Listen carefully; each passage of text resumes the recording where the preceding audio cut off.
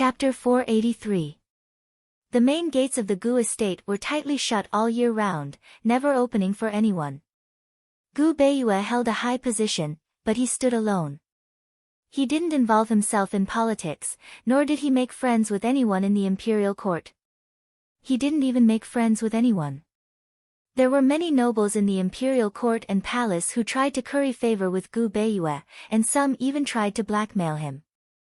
However, the Gu estate's main gates had never been opened for anyone. Imperial physician Gu had always said that he would come to the imperial physician courtyard if there was a problem. But today, he had personally opened the main gates to welcome Han Yunqing. Han Yunqing didn't know that this was a special case. She only thought that Gu Beiyue was being polite. Gu Beiyue was indeed very respectful. As soon as the gates opened, he bowed respectfully. Esteemed Wang Fei, you've graced us with your presence. Please forgive this humble official for not going out to meet you. No need for formalities. Han Yunqing was already used to Gu Beiyue acting this way. She glanced at him. Aren't you leaving yet? Leaving? Where? Gu Qisha feigned ignorance. You're not welcome here, Imperial Physician Gu, Han Yunqing said bluntly. Esteemed Wang Fei, His Highness Duke of Qin dumped you. You should go look for him. Don't vent your anger on me, Gu Qisha sighed helplessly. This guy really has a foul mouth. It's no wonder Han Yunqing doesn't like him. Han Yunqing was still fuming, so when she heard this, her face darkened. What nonsense are you spouting? Gu Qisha became serious. Girl, this old man isn't joking with you. Long Fei Yi isn't a good person. And you're a good person. Han Yunqing retorted. Didn't you see him and that little junior sister of his? Before Gu Qisha could finish, Han Yunqing coldly cut him off. His Highness's sect has an urgent matter to attend to. If you keep spouting nonsense, I'll poison your mouth. TSK, TSK, TSK. Gu Qisha sneered. Esteemed Wang Fei is so magnanimous. You're the good-for-nothing one. Han Yunqing didn't forget to curse back. She was a stubborn girl. Even though she was extremely depressed, she still maintained a proud expression on her face and defended Long Fei Yi to the end. The couple's internal conflicts should be resolved internally. There was no need for outsiders to interfere. Gu Qisha seemed to be really angry now. You damned girl, that portion of antidote was actually. Before Gu Qisha could explain himself, Gu Beiyue cut him off. Esteemed Wang Fei, it's windy outside. Please come inside. It's windy in the middle of summer. Han Yunqing finally calmed down a little. She knew that it was inappropriate to make a ruckus at the entrance. Stop him. Leaving these words behind, she strode into the room. Gu Qisha naturally wanted to follow, but Gu Beiyue hurriedly blocked him with his body. Lord Pill Fiend, scram. Gu Qisha didn't hold back at all. Gu Beiyue maintained his warm smile and asked in a low voice, Lord Pill Fiend, what's wrong with esteemed Wang Fei? Gu Qisha was already planning to climb over the wall, but when he saw Gu Beiyue's attitude, he was surprised. What does it have to do with you? Gu Beiyue pretended not to hear and continued, this one has seen Pill Fiend Pharmacy's blueprints. This one mentioned it to esteemed Wang Fei before, but this one still needs to take charge of the warehouse. Has this one seen it yet? Were you the one who made those changes? Gu Qisha asked. That's right. Compared to Lord Pill Fiend, this one can be considered an insider. I apologize for my inappropriateness. Gu Beiyue patiently explained, but Han Yunqing had already walked far away. Gu Qisha didn't realize that Gu Beiyue was deliberately stalling for time. He sneered, you're quite capable. Why didn't you return to the medical academy? Based on your grandfather's relationship and your current position, you should at least be a 6th-rank doctor, right? I won't hide it from Lord Pill Fiend. This one isn't very interested in medical school, Gu Beiyue said in a low voice. Gu Beiyue had never really taken Gu Beiyue seriously, but when he heard this, he re-evaluated him. In his eyes, any doctor who wasn't interested in medical school was a good doctor. He laughed heartily. "You've got guts. This old man likes you." Gu Beiyue smiled faintly and began chatting with Gu Qisha about medical school. As they talked, Gu Beiyue said, "Lord Pill Fiend, the wind is too strong at the entrance. Please come inside." Gu Qisha walked in with a perfectly justifiable reason. At the same time, Han Yunqing had already been brought to the Gu clan's garden by Lil Thing. Han Yunqing had been here once before and had left in a hurry, so she didn't know that Gu Beiyue had hidden such a medicinal herb garden in his home. Every blade of grass and every tree in the garden was filled with medicinal herbs, and all of them were flowering herbs. It was midsummer, so the garden was filled with colorful little flowers, and the air was filled with the faint fragrance of medicinal herbs. The stone path, the lawn, the flowering shrubs, and the shade of the trees were all beautiful to Ning Jing. No matter how upset he was, he would be gently soothed here. Han Yunqing finally understood why Lil Thing would come here every day. She sat down on the swing under a large tree and gently swayed back and forth. After a long while, she finally exhaled a mouthful of turbid air, releasing all the pent-up frustrations in her heart. She felt much better. Actually, she didn't know why she had come to the Gu clan. She just wanted to leave the Duke of Qin's residence for some fresh air. In the entire capital, aside from Gu Beiyue's residence, she didn't know where else to go. Of course, Ning Jing didn't take long before Gu Qisha's voice reached her ears. "Hehe, using medicinal herbs as flowers, Imperial Physician Gu sure is elegant. It can't compare to Medicine Ghost Valley's blooming flowers," Gu Beiyue replied modestly. "Hehe, your place is too plain. Tomorrow, this daddy will give you a few stalks of beautiful purple and brilliant red, evergreen all year round." Gu Qisha seemed to be in a good mood. Han Yunqing knew that Gu Beiyue wouldn't be able to stop Gu Qisha, but she didn't expect that the two of them would actually strike up a conversation. She swayed back and forth on the swing as she watched them walk closer. "Esteemed Wang Fei, there are still some areas in Pill Fiend Pharmacy's blueprint that this lowly official feels need to be changed. Since His Excellency Pill Fiend is here, this lowly official will bring it up to him." Gu Beiyue explained why he had let Gu Qisha in. Han Yunqing was too lazy to chase him away, so she swayed on the swing without saying a word. "Esteemed Wang Fei, this lowly official has prepared some refreshments. Please come to the pavilion," Gu Beiyue said.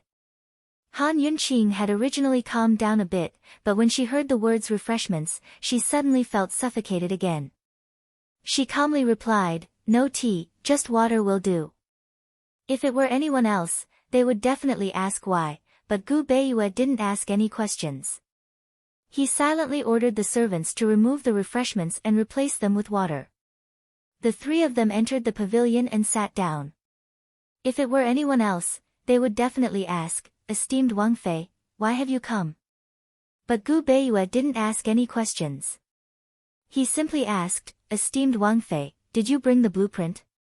When Gu Beiyue had talked about Long Fei Yi and little junior sister at the entrance, Han Yunqing had been afraid that Gu Beiyue would ask her why she had come. But now, Gu Beiyue had misunderstood that she had come for the blueprint, so she no longer felt awkward. "Where's the blueprint?" She unhappily glared at Gu Qisha. Gu Qisha had originally wanted to use this opportunity to sow discord between this girl and Long Fei Yi, then explain the 10% antidote for the broomcorn millet poison. But now that this girl didn't seem as angry as before, he didn't have the heart to try and sow discord between them. He took out the blueprint and unfolded it on the table. The blueprint was covered in dots and dots of handwriting. There was Han Yunqing's, Gu Beiyue's, and even Gu Qisha's. "Esteemed Wang Fei, take a look at this. This lowly one thinks that it would be better to change the layout and make it double in size," Gu Beiyue said seriously. Although Han Yunqing wasn't as angry as before, she still felt a little gloomy. She glanced at him and asked, "Gu Qisha, what do you think?" Gu Qisha thought about it for a long time, then nodded seriously. Indeed. Then change it, Han Yunqing said gloomily. Gu Beiyue and Gu Qisha discussed a few more areas, but Han Yunqing didn't seem to have the energy to continue and seemed to be lost in thought. Gu Beiyue glanced at Han Yunqing from time to time, but he soon changed the topic. A few days ago, I heard a really funny joke in the palace. How about I share it with the two of you? Han Yunqing didn't answer, so Gu Qisha casually asked, what joke? Once upon a time, there was a bear. It said that it was really, really cold. It was really, really cold. Gu Beiyue said seriously. And then? Gu Qisha asked. And then that's it, ha. Gu Beiyue laughed. Gu Qisha was confused. That's it? Yes, that's it. It's funny, isn't it? Ha.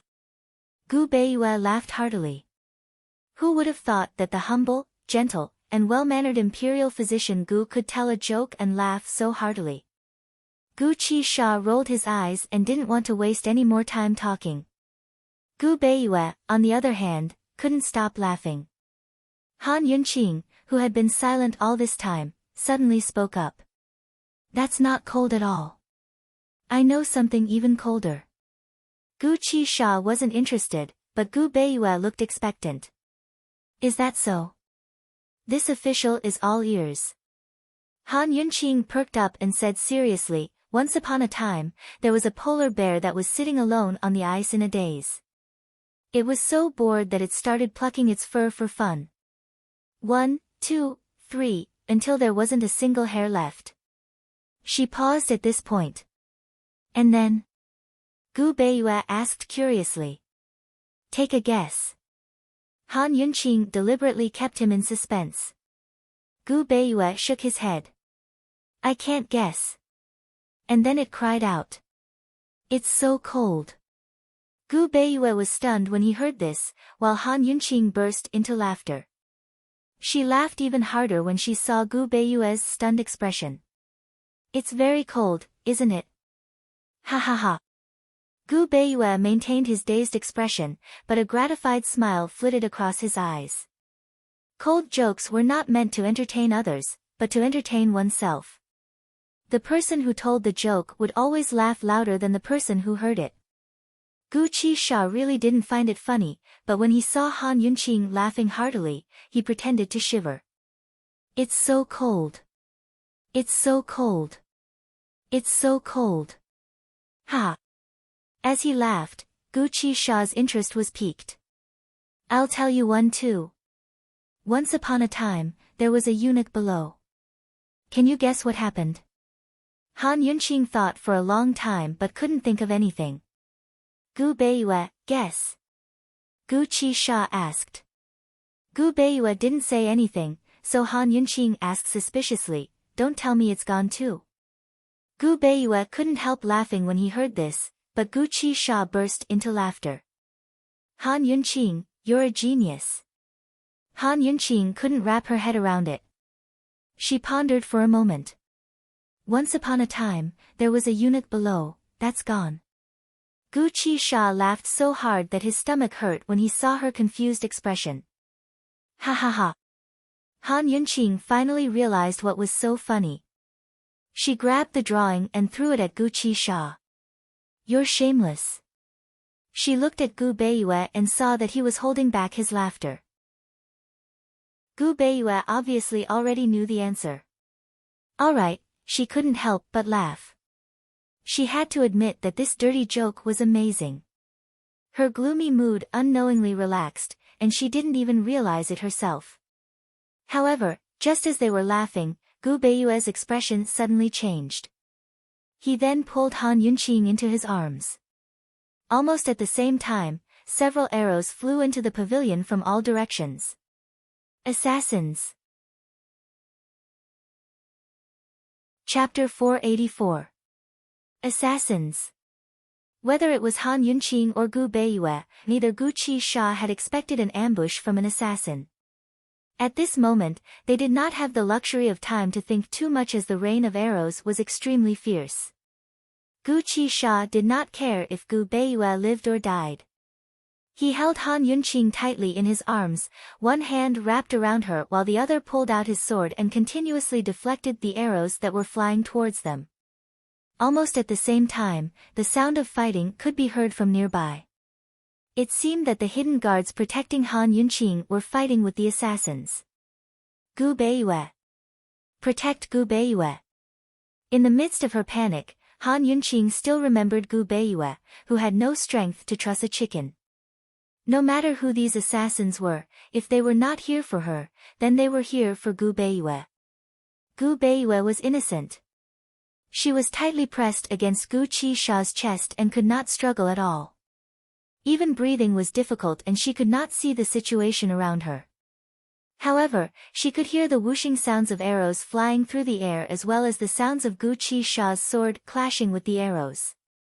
She knew that the situation was very urgent and there were at least 100 archers lying in ambush around them.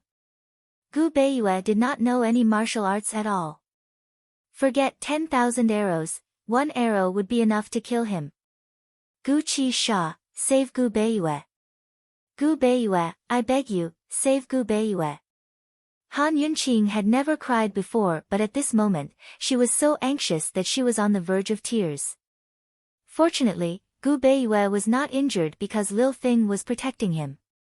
Lil Thing's speed was much faster than Gu Beiyue's and its tiny figure constantly flashed around Gu Beiyue like a white shadow. The moment the arrows got close to Gu Beiyue, they all fell to the ground as if they had been bitten in half. Han Yunqing had not guessed wrongly. There were indeed many archers in the area and they were not using ordinary bows and arrows, but the very rare crossbow arrows. There was a big difference between bows and crossbows. Bows and arrows were shot in a parabolic arc and required both hands to operate. Without strong arm strength and endurance, one would not be able to shoot arrows over long distances and would not be able to fight for long periods of time. However, a crossbow was different. A crossbow was very small and could be operated with one hand. It relied on mechanical power to shoot in a straight line and had a long range.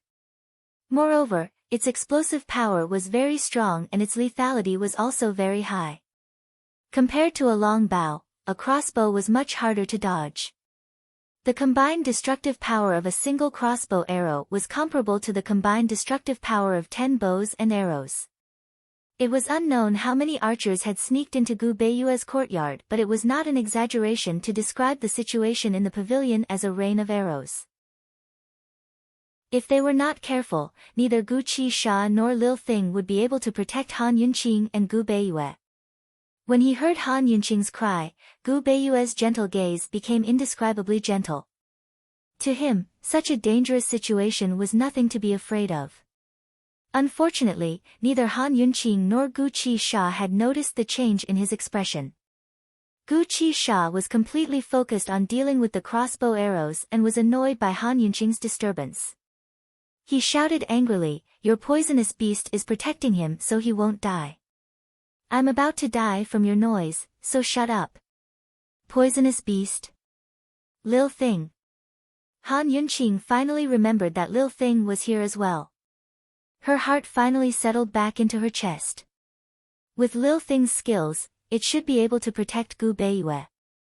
But Han Yunqing didn't shut up. She said, "Gu Qisha, take me away from here, quick." She and Gu Beiyue had to leave the Gu estate immediately. That way, Gu Beiyue would be safe. The enemy had to be prepared for such a sudden and fierce attack. They wouldn't let them off so easily. Where are we going? This is the safest place. Hold on for a while, the soldiers will arrive soon. Motherfucker, even Long Fei Ye's guards couldn't beat them. Heaven knows how many people are lying in ambush. This old man can't hold on much longer. Gu Qisha was telling the truth. Chu Shifeng had probably followed Han Yunqing here again. If even he couldn't stop the enemy's attacks, then the enemy must have made thorough preparations. Moreover, there had to be plenty of archers and assassins lying in ambush. Under these circumstances, they had no choice but to place their hopes on the Imperial Guards. Something so big had happened in the capital city, so they'd definitely be alerted by now. As long as the Imperial Guards arrived, they'd have no problems keeping their lives. Hearing Gu Qisha's words, Han Yunqing understood the situation even more. She was anxious, but helpless to do anything. Poisons and assassination weapons were useless in a situation like this. If only she knew a bit of swordsmanship, that would be great. She couldn't help but think of Long Fei Yi. Where did that guy and Duan Muyao go? What are they doing now? Why isn't he here right now? In the midst of the fight, an arrow pierced Gu Qisha's shoulder and narrowly missed hitting Han Yunqing, who was in his arms. Gu Qisha's shoulder had just been injured, but he pretended as if nothing had happened and continued to dodge the arrows. Han Yunqing was buried in his arms, so she didn't see or feel a thing. Gu Beiyue furrowed his brows as he watched. The small flying dagger hidden in his hand almost flew out, but in the end, he didn't make a move. Lil Thing stopped, but in that moment of distraction, a sharp arrow pierced Gu Beiyue's shoulder. As the arrow entered, blood spurted out. Gu Qisha's black robes couldn't be seen, but Gu Beiyue's white robes revealed everything clearly. The arrow's wound worsened along with his blood. The design of this arrow was too strange. Only the heavens knew where it came from. It was really difficult to deal with. Gu Qisha's attention wandered for a moment, and two arrows pierced his back, causing him to spit out blood. However, he remained unmoved and continued to block the arrows as if he hadn't been injured at all. On the other hand, Lil Thing squeaked when it saw that Gu Beiyue was injured. Frightened, it didn't dare to linger and flew over, turning into a white blur that circled around Gu Beiyue from left to right. Lil Thing grew angry as well and cackled. It wanted nothing more than to pounce on the surrounding archers and bite them to death. But that was the nature of an arrow attack. Once you were outnumbered and outgunned, you had no choice but to keep dodging and evading. Hearing Lil Thing's cries, Han Yunqing asked anxiously, "What's wrong? What's wrong with Imperial Physician Gu?" Gu Qisha's body trembled at her words and he suddenly asked, "Lass, why aren't you worried about me?" Han Yunqing suddenly realized that his tone sounded familiar. She was about to ask when Chu Shifeng's voice carried over. "Esteemed Wang Fei, are you alright?" Chu Shifeng was already heavily injured, but he'd still managed to break through the encirclement. He and his guards had long been ambushed and couldn't take it anymore, so he'd sent in the archers to sneak into the flower gardens. The enemy had not only brought archers, but assassins as well. Currently, the guards were still fighting with the assassins outside, so Chu Shifeng had sacrificed a dozen or so of his own men to force his way inside. He dodged the arrows as he made his way towards the pavilion, but soon enough, a black-robed, masked assassin appeared and raised his sword to block his way. Chu Shifeng had no choice but to retreat. Very soon, he and the assassin were fighting to the death. Han Yunqing's thoughts were interrupted by Chu Shifeng. By now, Gu Qisha had recovered his composure. He didn't know what had gotten into him, but he'd almost changed his voice. So close. Soon, the attack of the arrow rain was already very fierce, and it continued to intensify. The number of arrows gradually increased. If there were no reinforcements, they would either be shot to death by the arrow rain, or their stamina would be exhausted, and they would still die. They desperately needed reinforcements. Finally, Gu Qisha couldn't take it anymore and raged, "Are the Dog Emperor's Imperial Guards all good for nothings? Why aren't they here yet?" It would have been better if he hadn't spoken, because his words only intensified the rain of arrows. At the same time, Chu Shifeng was kicked off the ground by the assassin, who crashed heavily onto the ground. Fortunately, he could still get up. "Your Excellency Pill Fiend, hold on. I've already sent word, the Imperial Guards will be here soon." Chu Shifeng shouted. Gu Qisha could only grit his teeth and hold on. His martial arts skills weren't very good, so he turned around to face Gu Beiyue with his back. Gu Beiyue immediately sucked in a cold breath. At some point, 5 arrows had pierced his back, causing blood to flow non-stop. In his shock, Gu Beiyue also noticed Gu Qisha's blood. He knitted his brows and seemed to realize something as his expression grew more and more serious. Finally, just as Gu Qisha was about to give up, the Imperial Guards arrived. It wasn't clear how the guards and assassins outside were doing, but the sounds of fighting had already stopped before Gu Qisha's group even saw the Imperial Guards. The assassin distanced himself from Chu Shifeng and shouted, "Withdraw." The rain of arrows immediately decreased by half while he himself retreated. Chu Shifeng didn't chase after him, but cut down a few more arrows before charging into the pavilion to help Gu Qisha. Gradually, the number of arrows grew smaller and smaller. Soon enough, the sounds of fighting rose up around the garden again. Most likely, the Imperial Guards were dealing with the archers who hadn't retreated in time. Gu Qisha wasn't holding on so closely, so Han Yunqing could finally breathe in some fresh air. She looked at Gu Beiyue and Lil Thing, then at the scattered arrows on the ground and sighed. This sudden turn of events was like a nightmare. By the time everything stopped, Lil Thing was sprawled on the table, panting for breath. It had almost died from exhaustion. Chu Shifeng was lying paralyzed on one side, his body heavily injured. Gu Qisha was still holding on tightly to Han Yunqing, who struggled to free herself. Besides Gu Beiyue, who was still focused on Gu Qisha's blood, the rest of the group was more scared than hurt. At this moment, the leader of the Imperial Guards and a group of archers emerged from the flowers to appear in front of Han Yunqing's group. The leader of the guards wasn't Mu Qingguo, but a young officer. He didn't approach them, but knelt far away from the pavilion. "This soldier came too late to save you, esteemed Wang Fei, please forgive me." Although he knelt, the archers behind him didn't. Han Yunqing was still feeling that something was off when Chu Shifeng suddenly cried out, "Esteemed Wang Fei, be careful. It's a trap."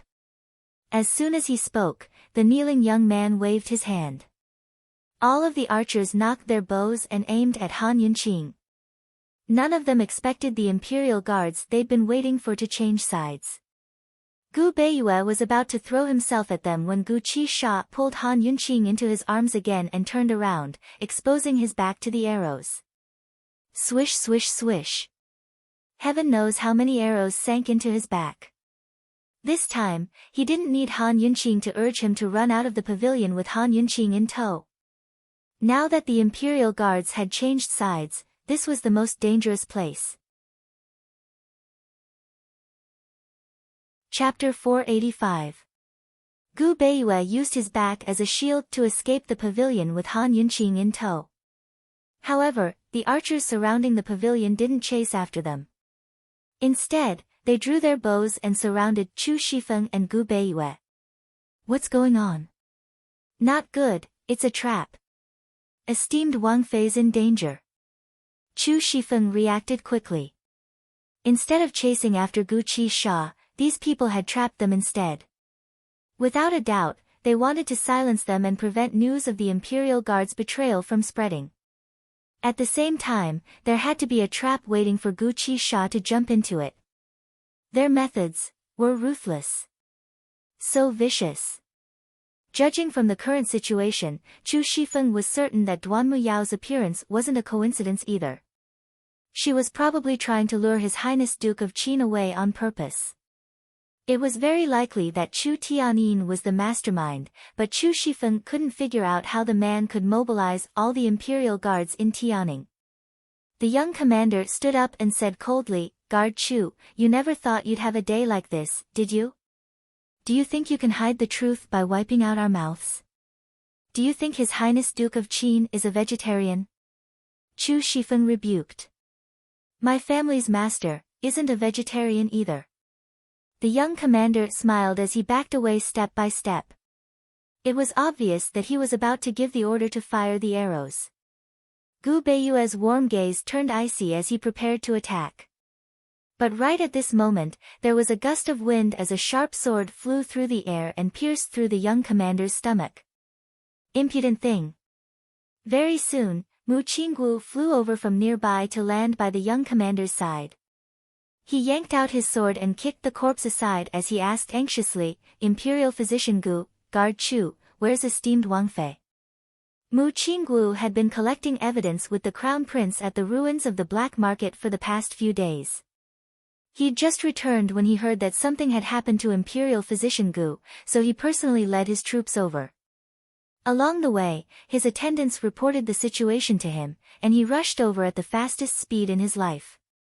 However, when he arrived at the Gu mansion, he discovered that the Imperial guards had betrayed him and colluded with the black-clothed assassins to set up an ambush at the entrance of the Gu mansion. After all, he had tens of thousands of Imperial guards under his control. As soon as he arrived, the black-clothed assassins had retreated and the rebel army had fled in all directions. He had given the order to pursue and capture them, but he had not dared to stay for even a moment. He had directly rushed in, afraid that something would happen to the Princess Consort. But who would have thought that he would not see her after arriving? Gu Qisha rescued esteemed Wang Fei. They're heading west, so there's definitely an ambush waiting outside. Hurry! Chu Shifeng said anxiously. Whether it was Chu Shifeng or Gu Beiyue, they both believed that Mu Qinggu would never betray them. But the identity of this master the young man spoke of was worth considering. To be able to bribe the commander of the imperial army to do such a huge thing, it was definitely not an easy task. Of course, Chu Shifeng and Gu Beiyue couldn't pursue the matter now. Saving a life was more important. The west? I came from the west. When I arrived, the assassins were still surrounding the area. I didn't see them. Mu Qinggu panicked. Chu Shifeng and Gu Beiyue grew anxious as well. Could it be that Gu Qisha didn't escape? Chu Shifeng asked, hoping for a fluke. If Gu Qisha had escaped, then the black-robed assassins wouldn't still be waiting in the west. Maybe he changed his path. Gu Beiyue said. Chu Shifeng, you wait here. I'll go search the surroundings. Mu Qinggu said decisively. If Gu Qisha hadn't escaped, then he'd definitely come out once he knew the Gu estate was safe. If he'd changed his path, then things would be troublesome. Heaven knows if he'd fallen into the enemy's trap. Not long after Mu Qinggu left, a few injured guards arrived.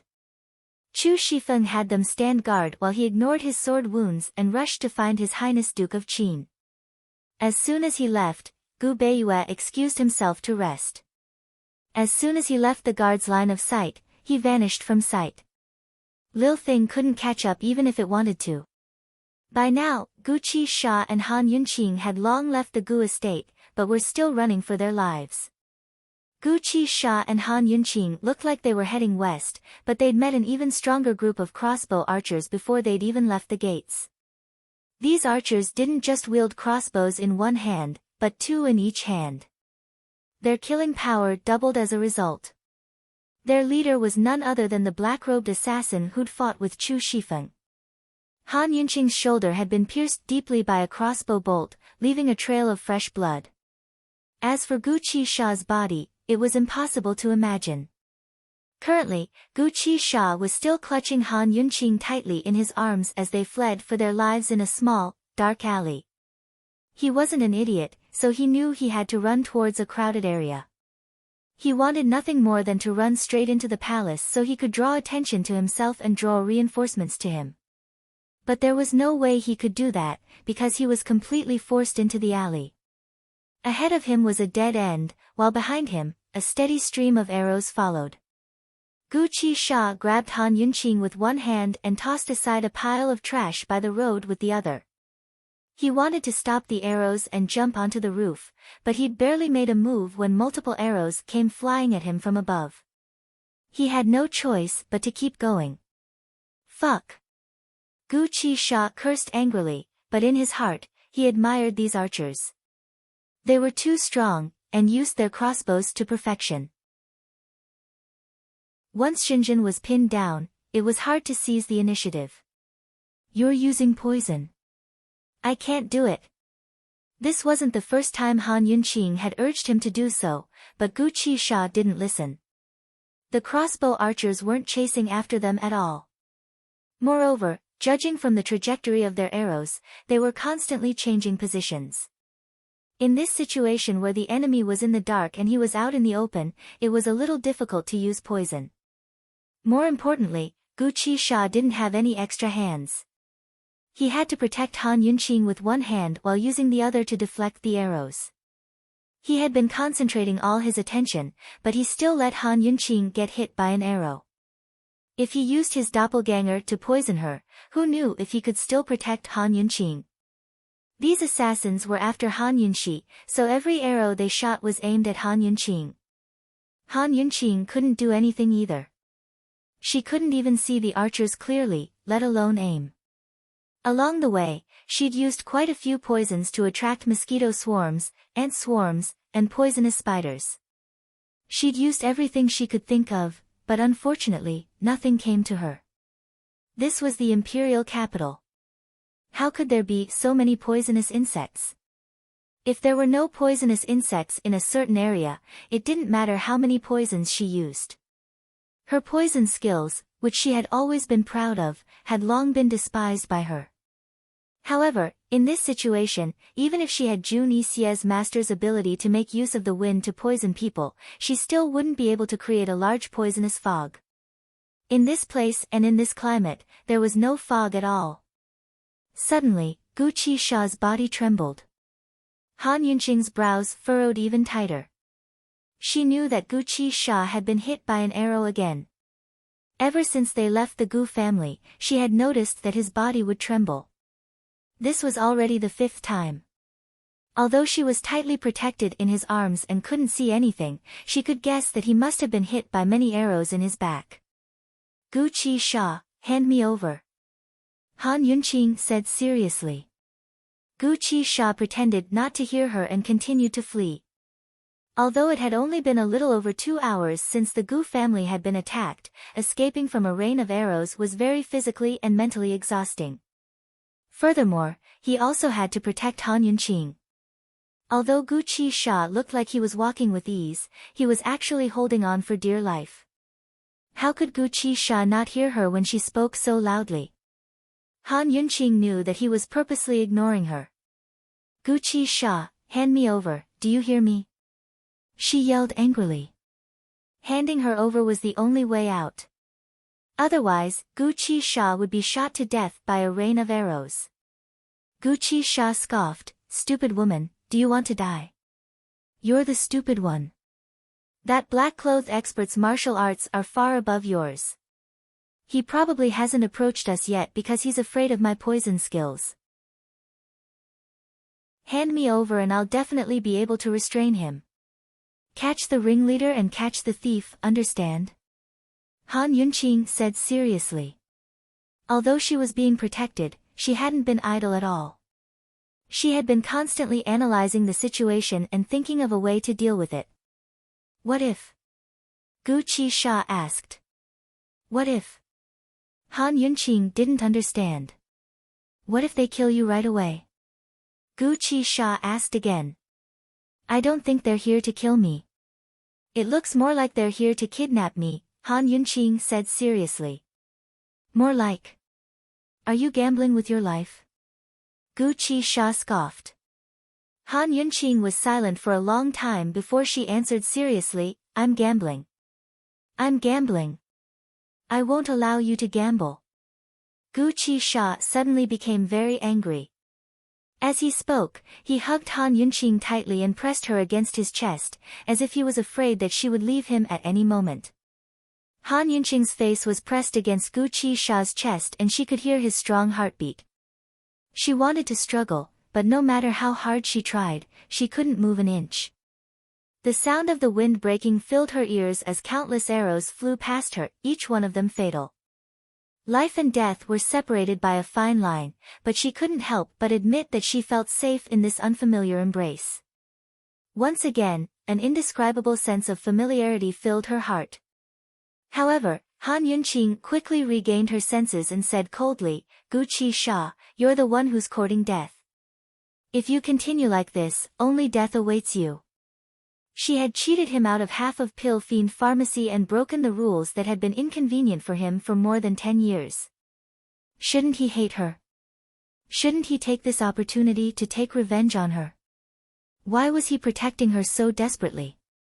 Even if they were working together, there was no need for him to be so loyal and use his life to protect her. Han Yunqing loathed Gu Qi-sha's current behavior. She felt guilty when he acted like this. She would rather Gu Qi-sha be a wicked old man forever. I won't die, Gu Qi-sha said unhappily. Han Yunqing would never have guessed that this was the truth. It wasn't a joke, nor was it something he said out of anger. He really wouldn't die. She could only feel the stench of blood on his body growing stronger and stronger. It was so strong that even she, who had never been afraid of blood, was beginning to feel afraid. Gu Qi-sha, if you die, who's going to save me? If you die, I'll die too. Han Yunqing tried to goad him into action. Gu Qi-sha was slightly stunned, but he still replied angrily, Han Yunqing, remember this, I won't die. I won't die. I'm not in the mood to joke around with you. I don't want to die yet. Don't try to show off and harm me. Han Yunqing deliberately said harshly. Gu Qi-sha still didn't answer and continued to fly forward. Soon, they reached the end of the alley. The end of the alley was actually Chapter 486. At the end of the alley was a bustling red light district. What was a red light district? To put it bluntly, it was a place where brothels gathered. Gu Qi-sha's gloomy eyes finally broke into a smile. His eyes shone as brightly as the stars in the sky. He had a pair of eyes that loved to smile. Unfortunately, Han Yunqing had never noticed it. He exclaimed, "Little girl, we're saved."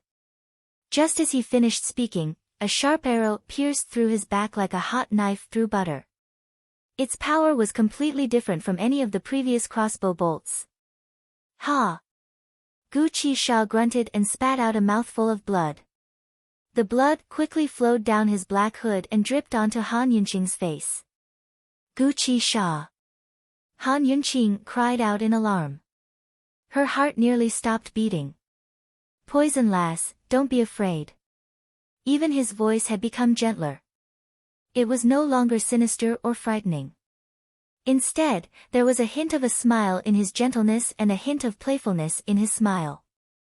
It was so familiar. Han Yunqing was so stunned that she forgot about the danger around her. She froze in his arms. Another arrow pierced through the air. Gu Qi-sha did not hesitate to bring Han Yunqing out of the alley. Their sudden appearance alarmed many passers-by. Murder! Murder! Gu Qi-sha shouted as he fled.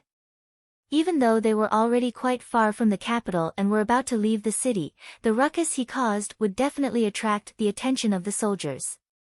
Sure enough, the crossbowmen did not pursue them after they left the alley. However, the black-robed assassin did not let them go. He stepped on the rooftops of the alleyway and shot arrows as he gave chase. The powerful arrow from earlier had been shot by him. However, he had not aimed it at Han Yunqing but Gu Qi-sha. Gu Qi-sha did not run far.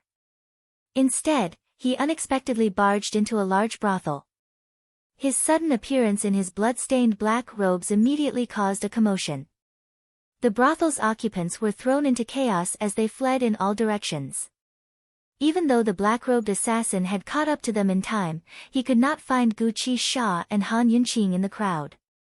Where is he? The first floor was crowded with people. Everyone was running out.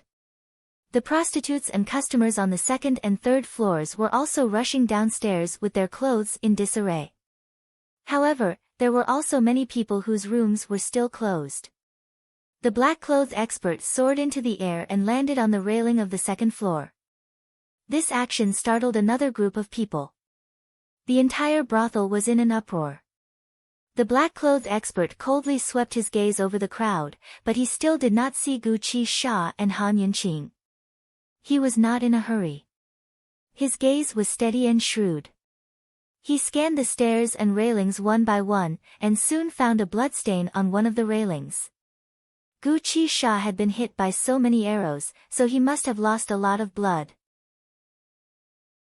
A determined look flashed across his eyes. He followed the bloodstains to the third floor and soon arrived at the door of a room. However, when he kicked in, he found that there was nothing in the room. Where is he?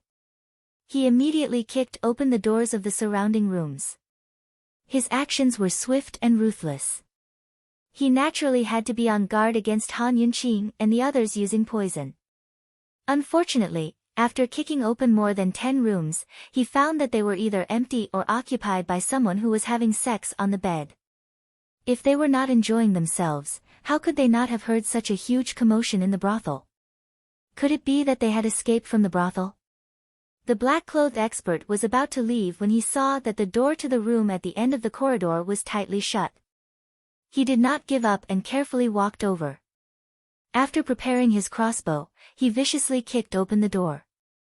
"Who is it?" The man on the bed immediately roared. The black-clothed expert walked out from behind the screen and saw an extremely beautiful man on the bed. He was half-naked and was lying on top of a woman. The woman was clearly frightened and was curled up in the man's arms, shivering. Her face was hidden. The black-clothed expert seemed to recognize this man. He was slightly startled but quickly regained his senses.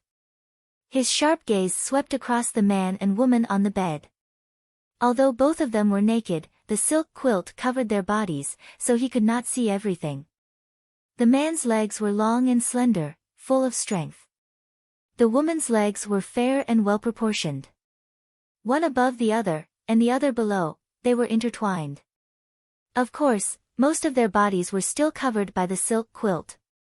The man's shoulders and arms were exposed, and one of his hands was propped up on the bed. The woman's hair was disheveled, and her sexy collarbone was faintly discernible. Such a lively scene, but under the black-clothed expert's sharp gaze, the atmosphere became tense. However, the extremely beautiful man soon narrowed his eyes dangerously and said coldly, "Do you want to die?" The black-clothed expert's gaze was complicated. He looked around the room again and said coldly, "My apologies for offending you." He slowly retreated. However, as soon as he heard the sounds of soldiers coming from downstairs, he quickly retreated and fled. At this time, the two people on the bed breathed a sigh of relief. That was close, that was close. Under their feet, there was a pile of bloody clothes and a medical kit hidden in the bed. The most conspicuous thing was the black robe that was soaked in blood. Beside the medical kit, there were also a few medicine bottles scattered. The man's other hand was propped up, trapping the woman between his arms. He narrowed his bewitching eyes, licked his lips naughtily, and stared at the woman below him with interest. That expression was like a wolf that had trapped a sheep, ready to tear it apart and eat it at any time. It had to be said that although this wolf looked thin, his figure was definitely first class. His exposed chest muscles were clearly defined, tempting one's imagination. However, this woman was not interested at all. Her brows were tightly knitted, and her eyes were red. She stared at the man's face, as if she was about to cry. "Poison lass, you don't have to thank me. If you're touched, why don't you repay me with your body?" The man smiled. The woman almost threw a punch at him, but fortunately, she stopped in time. She angrily said, "Gu, get down right now." Big brother, I really don't want to." Gu sighed softly. "Do you want to die? Hurry up and get down, I'll treat your wounds." Han Yunqing said angrily. She never thought that Gu Qi was actually Gu. When she heard Gu's voice at the entrance of the alley, she could not believe it and thought that she had misheard. But now that they were here, in order to avoid being hunted down by the black-robed men, they hid in a room and cleaned up the bloodstains as quickly as possible. Gu Qi took off his black robe, black mask, and his bony fake hands. Only then did she confirm that he was really Gu. The situation was urgent, so she did not have time to be shocked. She hurriedly treated his wounds to stop the bleeding. The two of them had taken off their clothes and put on a show to fool the black-robed men. Now, she wanted nothing more than to hang this guy up and interrogate him. Why did he have to use two identities to trick her? She treated him as a friend, but he dared to lie to her. What was his motive? Of course, she did not have time to be angry or question him. She had to hurry up and treat Gu's wounds. The arrow wound on his back was too terrifying. She had only used an emergency hemostatic medicine to stop the bleeding, but the medicine would wear off very quickly. You, get down here. Han Yunqing's tone was commanding. However, Gu did not move and only looked at her with a smile. If Han Yunqing had been paying attention, she would have noticed that Gu's smile was especially blissful. Unfortunately, her attention was completely focused on his arrow wound. Are you getting down or not? Han Yunqing threatened coldly. She was so anxious that she did not mind his teasing and had even forgotten about her disheveled clothes. Poison lass, let me hug you for a while, okay? Gu asked seriously. Han Yunqing was angry and was about to push him away when Gu hugged her tightly and buried his head in her bare and warm shoulder as he whispered softly into her ear, Poison lass, Chi brother, I really like you. Han Yunqing was stunned by his words and was about to open her mouth when Gu sighed, I want to die in your arms. Originally Han Yunqing did not know how to face his seriousness, which she had never seen before. However, after hearing his sigh, she couldn't help but roll her eyes. Gu, will you die if you don't joke around? Don't think that I won't dare to do anything to you just because you're seriously injured. After she said that, she decisively pushed Gu away fiercely. However, Gu did not have much energy left and with her push, he fell sideways onto the couch. He was bare-chested and his trousers were still on, but they were rolled up very high. Han Yunqing was the same and her outer garment was wrapped tightly around her chest. Once the quilt was pulled away, the two of them could not be considered naked. Gu weakly turned over and sprawled on the couch. Han Yunqing looked at his back and her heart suddenly throbbed with pain. It was so painful that even breathing was difficult. When she was trying to stop his bleeding earlier, she did not take a good look before hastily applying medicine. Now that she took a closer look, she saw that his entire back was covered with arrow wounds. Each wound was as big as a thumb and some were deep and some were shallow. Some had even started to bleed. It would not be an exaggeration to say that his entire body was covered in cuts and bruises. When faced with such a situation, as a doctor, her first instinct was to quickly treat the wounds and stop the bleeding. However, at this moment, she pursed her lips tightly and tried her best not to cry. When he saw that Han Yunqing was still not moving, Gu Qisha turned to look at her. When he saw that her eyes were red and she looked like she was about to cry, his smiling eyes suddenly softened. Poison lass, don't worry. I won't die. Han Yunqing finally regained her senses and glared fiercely at him. Lie down and stop talking. She quickly took out 5 large life-saving medicinal pills and gave them to Gu. Normally, she would only give 1 small pill during first aid. Only the heavens knew how frantic her heart was under her calm exterior. Gu smiled. Poison lass, isn't this too nutritious? Don't try to show off. Han Yunqing personally fed Gu the pills and ordered him to lie down and not speak. In her opinion, this guy was only trying to show off by being able to laugh and joke around. How could he still have the energy to joke around when he was so heavily injured and had lost so much blood? Gu obediently lay down and snuck a peek at her. Although he did not say anything, he was smiling faintly and looked especially blissful. Han Yunqing had prepared a pile of medicine, gauze, and cotton swabs. Everything was done neatly and professionally. However, when she sat down cross-legged next to him and was about to treat him, she could not help herself in the end. She covered her mouth and turned her head to the side. Her heart ached so much. For the readers, Jean Mo's Sina Weibo account name was, I am Jean Mo. They would not be able to find it by typing in Jean Mo. Chapter 487. Heartache. Heartache was unable to describe how Han Yunqing was feeling at this moment. The number of patients she had come into contact with in both her previous and current life added up to more than 10,000 people. She had seen many who were more severely injured than Gu. She was a very dedicated poison doctor, but she wasn't a good-tempered one. Every time a patient screamed out in pain or fear, she would reprimand them. How could it not hurt when he was injured? There was no use in shouting. He would never recover if he didn't get treated. But facing Gu's back, which was covered with arrow wounds, she felt heartache for him. It was all to save her, otherwise this fellow wouldn't be in such a state. If she wasn't so useless and knew some martial arts, or had better poison skills, this fellow wouldn't have been injured so badly. Besides feeling heartache, Han Yunqing's heart was filled with guilt and self-reproach. Gu saw that she was about to cry and he was so happy that he laughed. "Poison lass, cry if you want to." He liked it when she cried for him. If she cried only for him, he would be even happier. This fellow was already in such a state and he was still so shameless. Han Yunqing glared fiercely at him and ignored him as she immediately started to treat his wounds. Gu's back had too many injuries and they were all thumb-sized holes. They were densely packed and were all badly mutilated. God knows what those people's arrows were. Once they entered a person's body, they immediately rebounded and fell like a sword, causing a second injury and increasing the rate of bleeding. Han Yunqing was afraid that once the effect of the emergency hemostatic medicine wore off, Gu would lose a lot of blood.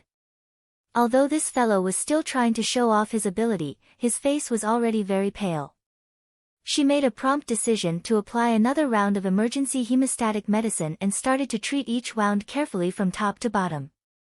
Previously, when she applied the medicine to avoid the black-robed expert, the situation was urgent and Gu didn't feel anything. But this time when the medicine was applied on his wounds, Gu really felt the pain. It was so damn painful. He had been afraid of pain since he was young and was extremely afraid. However, not only did he not show it, he even laughed and turned to look at Han Yunqing. "Poison lass. Your eyes are clearly red, and your heart is aching. You bitch, get down on your stomach.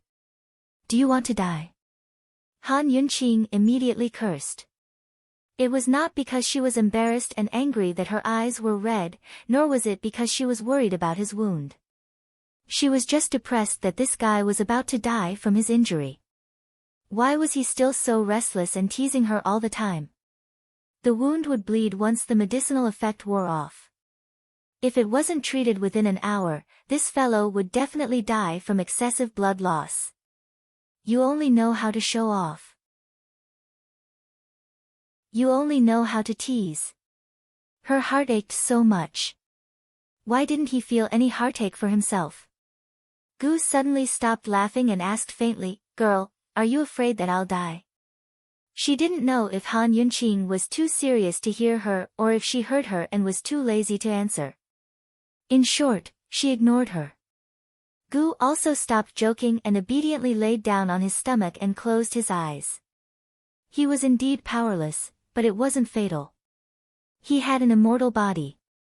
As long as he was willing, not to mention one batch of crossbow archers, even if there were 10 batches, he would still be able to meet the arrows head-on and kill them all. But he had to hide the secret of his immortal body. He could only carry Han Yunqing and escape. He could only pretend that he was extremely weak and stubbornly try to show off.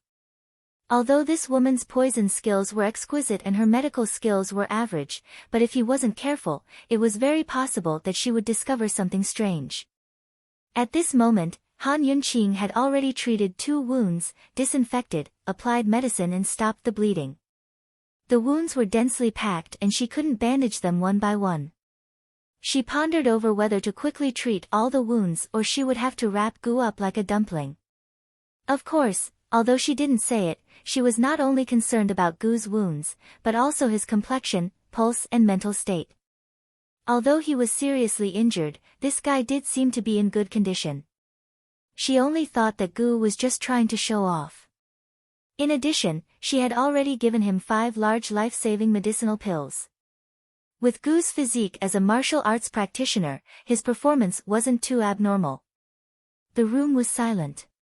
Gu's entire body relaxed, but Han Yunqing's nerves were taut. Her entire body was tense, and her hands didn't stop moving for a moment. She was nimble and straightforward, precise and experienced. So far, the wounds she treated weren't deep, so it was easy to treat. She even forgot that she had a wound on her right shoulder as well. Because the arrow had been shot so deeply, the 3CUN bolt was still embedded in her flesh. Gu Qishao was probably too happy to notice it. At this moment, Han Yunqing found a very deep wound. She had just used disinfectant to clean the coagulated blood when a gush of blood spurted out. She panicked and decisively took out the strongest medicine to stop the bleeding and sprinkled it on the wound. Gu quivered and his body trembled. His bloody skin and flesh were lacerated. When the medicine came into contact with the blood, it bubbled. Gu was in so much pain that he couldn't bear it. Although his smile was ugly, he still grinned. "Poison lass, are you plotting to kill me? Plotting to kill me?" He was in so much pain, and he could still say that. Han Yunqing really wanted to tell him that she was convinced, but she didn't have the time. She looked serious as she continued to apply medicine while plugging the wound. However, the bleeding didn't stop. She didn't hesitate and immediately applied anesthesia on Gu. This wound had to be stitched up, and the sooner the better. Without anesthesia, Gu Beiyue's wound became numb and the pain gradually disappeared. He secretly heaved a sigh of relief. He didn't know how Poison Lass had tormented his wound, but he was very relieved. After a moment of silence, he couldn't help but turn back to look. Of course, he couldn't see Han Yunqing's hand movements. All he could see was Han Yunqing's serious little face. "Poison Lass, you're quite scary like this. Poison Lass, what are you doing? Poison Lass, how long will it take? I'm a little hungry." Han Yunqing didn't pay him any attention. He was simply talking to himself, but he seemed to be enjoying himself. As he spoke, his gaze couldn't help but move downwards and fixed on her naked neck. It was fair and delicate, as clear as ice and jade. He realized that this woman had a very nice-looking collarbone. He couldn't help but stare blankly and gradually quieted down. At this moment, footsteps were heard from outside the door. It seemed that the soldiers had arrived. A trace of displeasure flashed past Gu's eyes. He suddenly grabbed the blanket and covered Han Yunqing and himself completely. Han Yunqing was busy stitching up his wound and being disturbed. She got angry. "What are you doing? So be it if the soldiers were here. Otherwise, they wouldn't be able to find him in the entire city." She was about to pull the blanket away when Gu suddenly flipped over and pulled her back. "Shoo! Are you intending to get someone to catch us in the act of adultery in bed?" Although he was frivolous, he still cared about her reputation. Han Yunqing immediately stopped. There were many things that couldn't be explained away, especially this kind of thing. It was better not to explain at all. If she didn't explain, it was better to hide it. Hence, one was lying down while the other was kneeling. With the blanket covering them, the two people in disheveled clothes put on a lively and fragrant show. When the soldiers barged in, they didn't see Han Yunqing's face, who was covered up tightly. They only saw Gu's bare arms and a look of pleasure on his face. He was enjoying himself very much. The officer glanced at them disdainfully. Seeing that there was no one hiding around, he went out. After making sure that the person had gone far away, Han Yunqing hurriedly got up and locked the door. Gu slowly turned over. The half-stitched wound was gushing out blood again. Damn it! Han Yunqing was angry and distressed. She regretted it. How could she be so muddle-headed in a moment of desperation? She really shouldn't have let Gu turn over. If she was caught in the act of adultery, so be it. If her reputation was ruined, then so be it. Those who believed her would believe her, but she didn't care about those who didn't believe her. Her hands were trembling. She impatiently waved her hands to calm herself down before she started stitching up again. Gu was really tired. He turned his head and looked at her quietly. There were a lot of wounds. There were 3 or 4 deep wounds. Han Yunqing didn't rest and kept working on them. In the small room, the strong scent of cosmetics was gradually replaced by the smell of blood. However, the air was filled with a warm atmosphere. Outside the room, the entire imperial city was in an uproar. The hidden guards in the Gu residence had not seen Gu Qixia appear, and something had happened in the fireworks district in the south of the city. Mu Qinggu was very sure that Gu Qixia and Han Yunqing had been chased all the way to the fireworks district. He acted first and reported later. He ordered the 4 city gates to be locked down and mobilized half of the imperial guards to search the entire city. At this time, he was personally searching the alleys of the fireworks district. The crown prince, Long Tianma, searched for half a day before he found him. What's the situation? We found a crossbow arrow and traces of blood here. They disappeared all the way to the entrance of a brothel. We've also searched the entire brothel, but we didn't find them. Long Tianma nodded and said in a low voice, "Send the other half of the imperial guards to protect the imperial palace." What? Mu Qinggu didn't understand. He had been thinking that if they still couldn't find them in an hour, he would have to send more men. Acting first and reporting later. If you don't find an excuse for yourself, will you be able to bear the consequences when Imperial Father blames you? Long Tianma asked seriously. Mu Qinggu was the young general and the commander of the Imperial Guards. He held the responsibility of protecting the Imperial Palace and the Imperial City. For the sake of rescuing Qin Wangfei, he not only ordered the city gates to be locked down, but also mobilized half of the Imperial Guards. What would Emperor Tianhui think? It'd be strange if he didn't seize the chance to strip him of his military power. If he mobilized half of the Imperial Guards to protect the Imperial City and escalated the matter from an assassination attempt on Qin Wangfei to an enemy infiltrating the city, then everything would be different. Mu Qinggu immediately understood Long Tianma's reminder. Your Highness's reminder is right. This soldier will do it right away. He was about to leave when Long Tianma stopped him again. He purposely dismissed the surrounding soldiers and asked in a low voice, "The Imperial Guards at the Gu residence changed sides? What's going on?" Long Tianma had just returned from the Gu residence and seen the young commander killed by a sword. Based on his understanding of Mu Qinggu, the man was honest and upright, but not stupid. He wouldn't kill a traitor out of anger. If the traitor was dead, who would they find to force out the mastermind behind the scenes? This was clearly a move to silence them, but Long Tianma had no reason to suspect Mu Qinggu. Many of his men wanted the Duke of Qin and Qin Wangfei dead, but Mu Qinggu would never do that.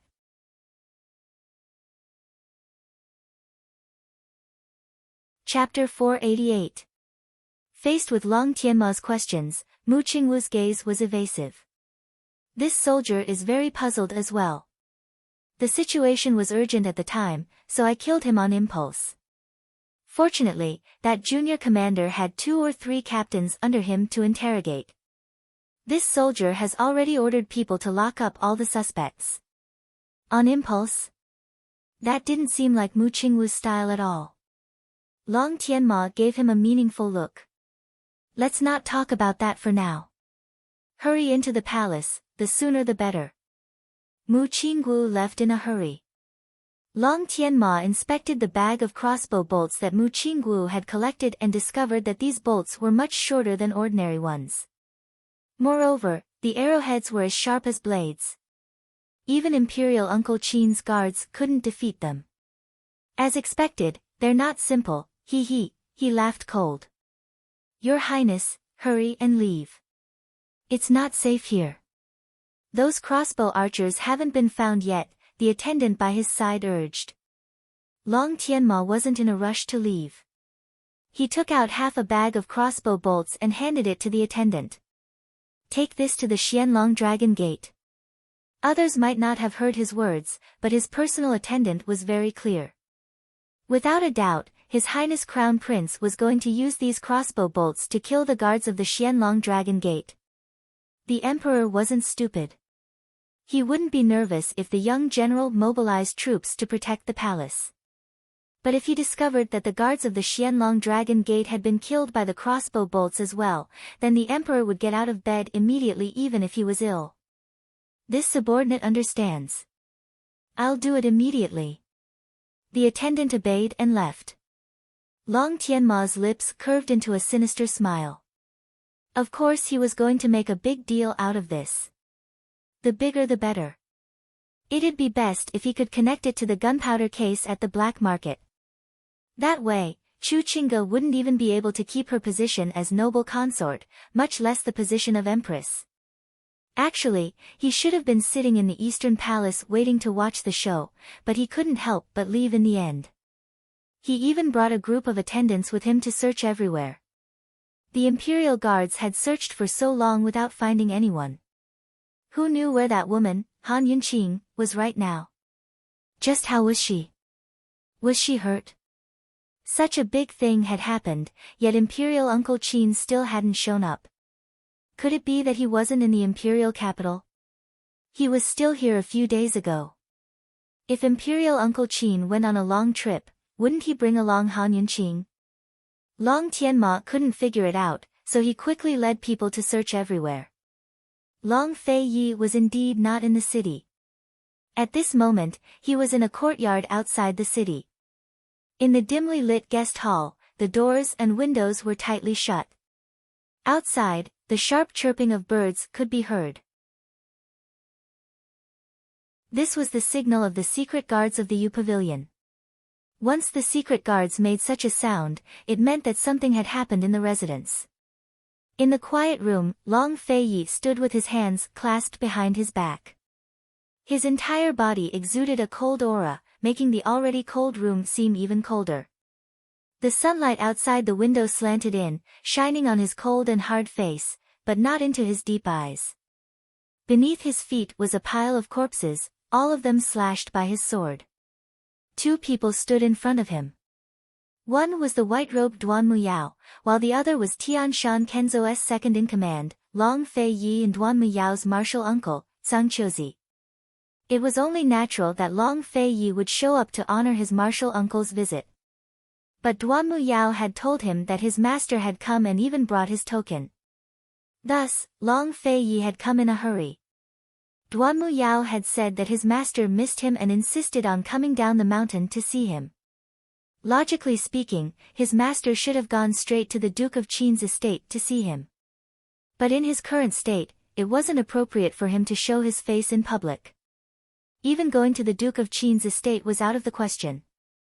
Thus, he believed Duan Muyao when she said he was here. Who knew that he'd come to see his martial uncle Zhang Qiuzi instead of his master? Tian Shan Kenzo had always been the leader of the martial arts circles. Everyone revered and feared them, and it was also the reason why the City of Daughters and Carefree City hadn't dared to stir up trouble. But who would have thought that Tian Shan Kenzo had been out of the Kenzo's control for more than a decade? Long Fei Yi knew something was amiss as soon as he saw Zhang Qiuzi. He wanted to leave, but was blocked by multiple sword experts. He had no idea what had happened at the Duke of Qin's estate, but Han Yunqing was still there. Cold, he looked at Zhang Qiuzi. Fei has important matters to attend to, so it's inconvenient for him to accompany you today. I ask that martial uncle Zhang make things easier for us. Senior brother, I was wrong. I was so happy that I called martial uncle Zhang Qiuzi master. Don't be angry. It's rare for martial uncle to come down the mountain, so I wanted to invite you for a cup of tea. Why were you in such a rush? Before Duan Muyao could finish, Long Fei Yi suddenly raised his sword. Like a gust of wind, it slammed into Duan Muyao's face. Ah! Duan Muyao cried out in alarm. Her entire face burned with pain as if she'd been slapped multiple times. Duan Muyao couldn't believe it. She covered her face and began to cry. Senior brother, you hit me, you might as well kill me. Otherwise, master will feel distressed when he sees me. Long Fei Yi didn't spare her a glance, but kept his cool. Martial Uncle Tsang, for master's sake, I'll have to trouble you to step aside. Tsang Qiuzi wasn't as impetuous as Duan Muyao. He was a man in his 40s with a goatee and hair tied up in a ponytail. He was dressed in long, black robes and simple cloth shoes. He stroked his beard and sighed. Fei, you've grown up. Is it so hard for Martial Uncle to invite you for a cup of tea? Martial Uncle thought you'd be happy to come from so far away. It looks like Martial Uncle's been imagining things. Although Long Fei Yi had already killed a bunch of Tsang Qiuzi's disciples, he still left him some face and spoke politely. Tsang Qiuzi was clearly stalling for time. Long Fei Yi couldn't figure out what had happened at the Duke of Qin's estate to make Tsang Qiuzi show up in person to lure the tiger away from its den. Had something to do with Tianshan Kenzo? Or had Duan Muyao asked Tsang Qiuzi for help? Tsang Qiuzi was a hypocrite, deceitful, and avaricious man, but he was also cautious and reserved. If it wasn't related to Tianshan Kenzo, how could Duan Muyao have asked him to come down the mountain? What benefits did she give him? But Long Fei Yi had no time to think about that. He only wanted to leave. His heart was flustered, worried that Han Yunqing would be in big trouble. What will it take for Martial Uncle to make things easier for me? Long Fei Yi had no idea that the capital city was in an uproar, much less that Han Yunqing had been assassinated. He was still calm because he couldn't defeat Tsang Qiuzi. This fellow's sword skills were second only to his master's, especially this year. Whether it was his internal energy or sword skills, both had improved greatly. It was very possible that he could rival his master now. That was the reason why Long Fei Yi hadn't gotten involved in Tianshan Kenzo's dark dealings. He was busy enough as it was. If he provoked Tsang Qiuzi too, he'd be asking for trouble. He hadn't returned to Tianshan Kenzo, nor did he have any major conflicts with Tsang Qiuzi. He never expected Duan Muyao to find someone like this. If he made a move now, he'd only be tied down by Tsang Qiuzi. If he wanted to leave, he'd have to use his wits. But Tsang Qiuzi's tone turned cold. Fei, Martial Uncle came from afar, but you didn't give him any face. You left in a hurry without even drinking a cup of tea. Martial Uncle is really angry. What do you think we should do? Long Fei Ye's eyes turned then. What does Martial Uncle want to do? Tsang Qiuzi was waiting for those exact words. You haven't been back to Kenzo in ages. Your master must be missing you. How about this, I'll test your internal energy on your master's behalf. How will you do that? Long Fei Yi asked. How about you take 3 of Martial Uncle's palms? Tsang Qiuzi asked seriously. Is this really a test? It's obvious that he's looting a burning house to hurt me. Tsang Qiuzi said such hypocritical words as a matter of course. Of course Long Fei Yi knew he was harboring ulterior motives. Although his martial arts weren't as good as Tsang Qiuzi's and he didn't want to offend him, that didn't mean he didn't dare. If he wasn't in such a hurry to leave today, he wouldn't mind sparring with Tsang Qiuzi. But the chirping outside was getting more urgent. He had to leave as soon as possible. All right. Long Fei Yi agreed without hesitation. He sheathed his sword and clasped his hands behind his back, holding his breath as he stood there. Tsang Qiuzi chuckled in amusement before suddenly attacking. His figure blurred as his palms shot towards Long Fei Ye's face, striking him viciously. Long Fei Ye's body trembled slightly, but he didn't budge from his spot. Duan Muyao was alarmed as her heart ached at the sight. She almost begged her martial uncle to stop, but when she thought of Han Yunqing, she held back. She thought that senior brother would be seriously injured after taking 3 of martial uncle's palms. If they didn't stop him, he wouldn't even be able to leave. Abruptly, Tsang Qiuzi's second palm hit Long Fei Ye's back with a thud. Long Fei Yi couldn't take it anymore and spat up a mouthful of blood. Still, he didn't move, his expression cold. Sung Chiozi's eyes flashed with astonishment. He never expected Long Fei Ye's internal energy to be so profound. It looks like I'll have to use all my strength for the third palm strike if I want to keep him here. He circled around to Long Fei Ye's side and aimed for Long Fei Ye's heart. Long Fei Yi, long time no see. You've made progress. If your master knew, he'd be happy. Long Fei Yi ignored him. Blood trickled from his lips, but he didn't look wretched at all. Instead, he gave off a dignified air that made him seem untouchable. Sung Chiozi stung his eyes as he raised both palms towards Long Fei Ye's chest. Martial uncle, don't. Duan Muyao cried out, but the palms had already struck. Long Fei Yi was sent flying before crashing into a wall. He spat up multiple mouthfuls of blood as soon as he hit the ground, his entire body dimming. Duan Muyao's heart ached as she ran over to support him. Senior brother, are you all right? But she hadn't even touched Long Fei Yi before he raised a hand. Scram! He pressed one hand to his chest and the other to his sword as support. Then he stood up with his head held high and his chest puffed out, his bearing extraordinary. Cold, he said, Martial Uncle Tsang, may we meet again someday. Seeing this, Sung Chiozi's heart gave a lurch.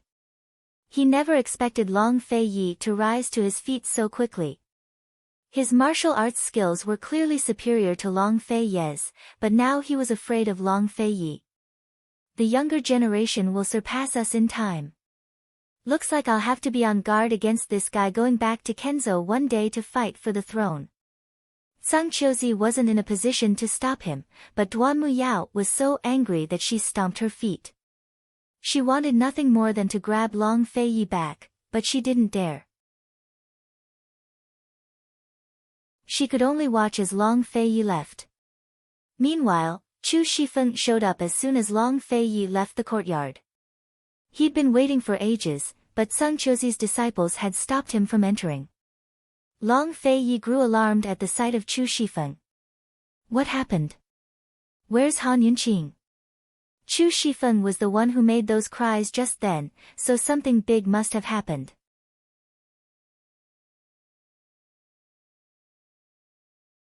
Chapter 489. Long Fei Yi was stunned by the sight of Chu Shifeng, but the man was even more shocked. Your Highness, you're injured. Chu Shifeng's heart lurched at the sight of the blood by His Highness Duke of Qin's lips and his ashen complexion.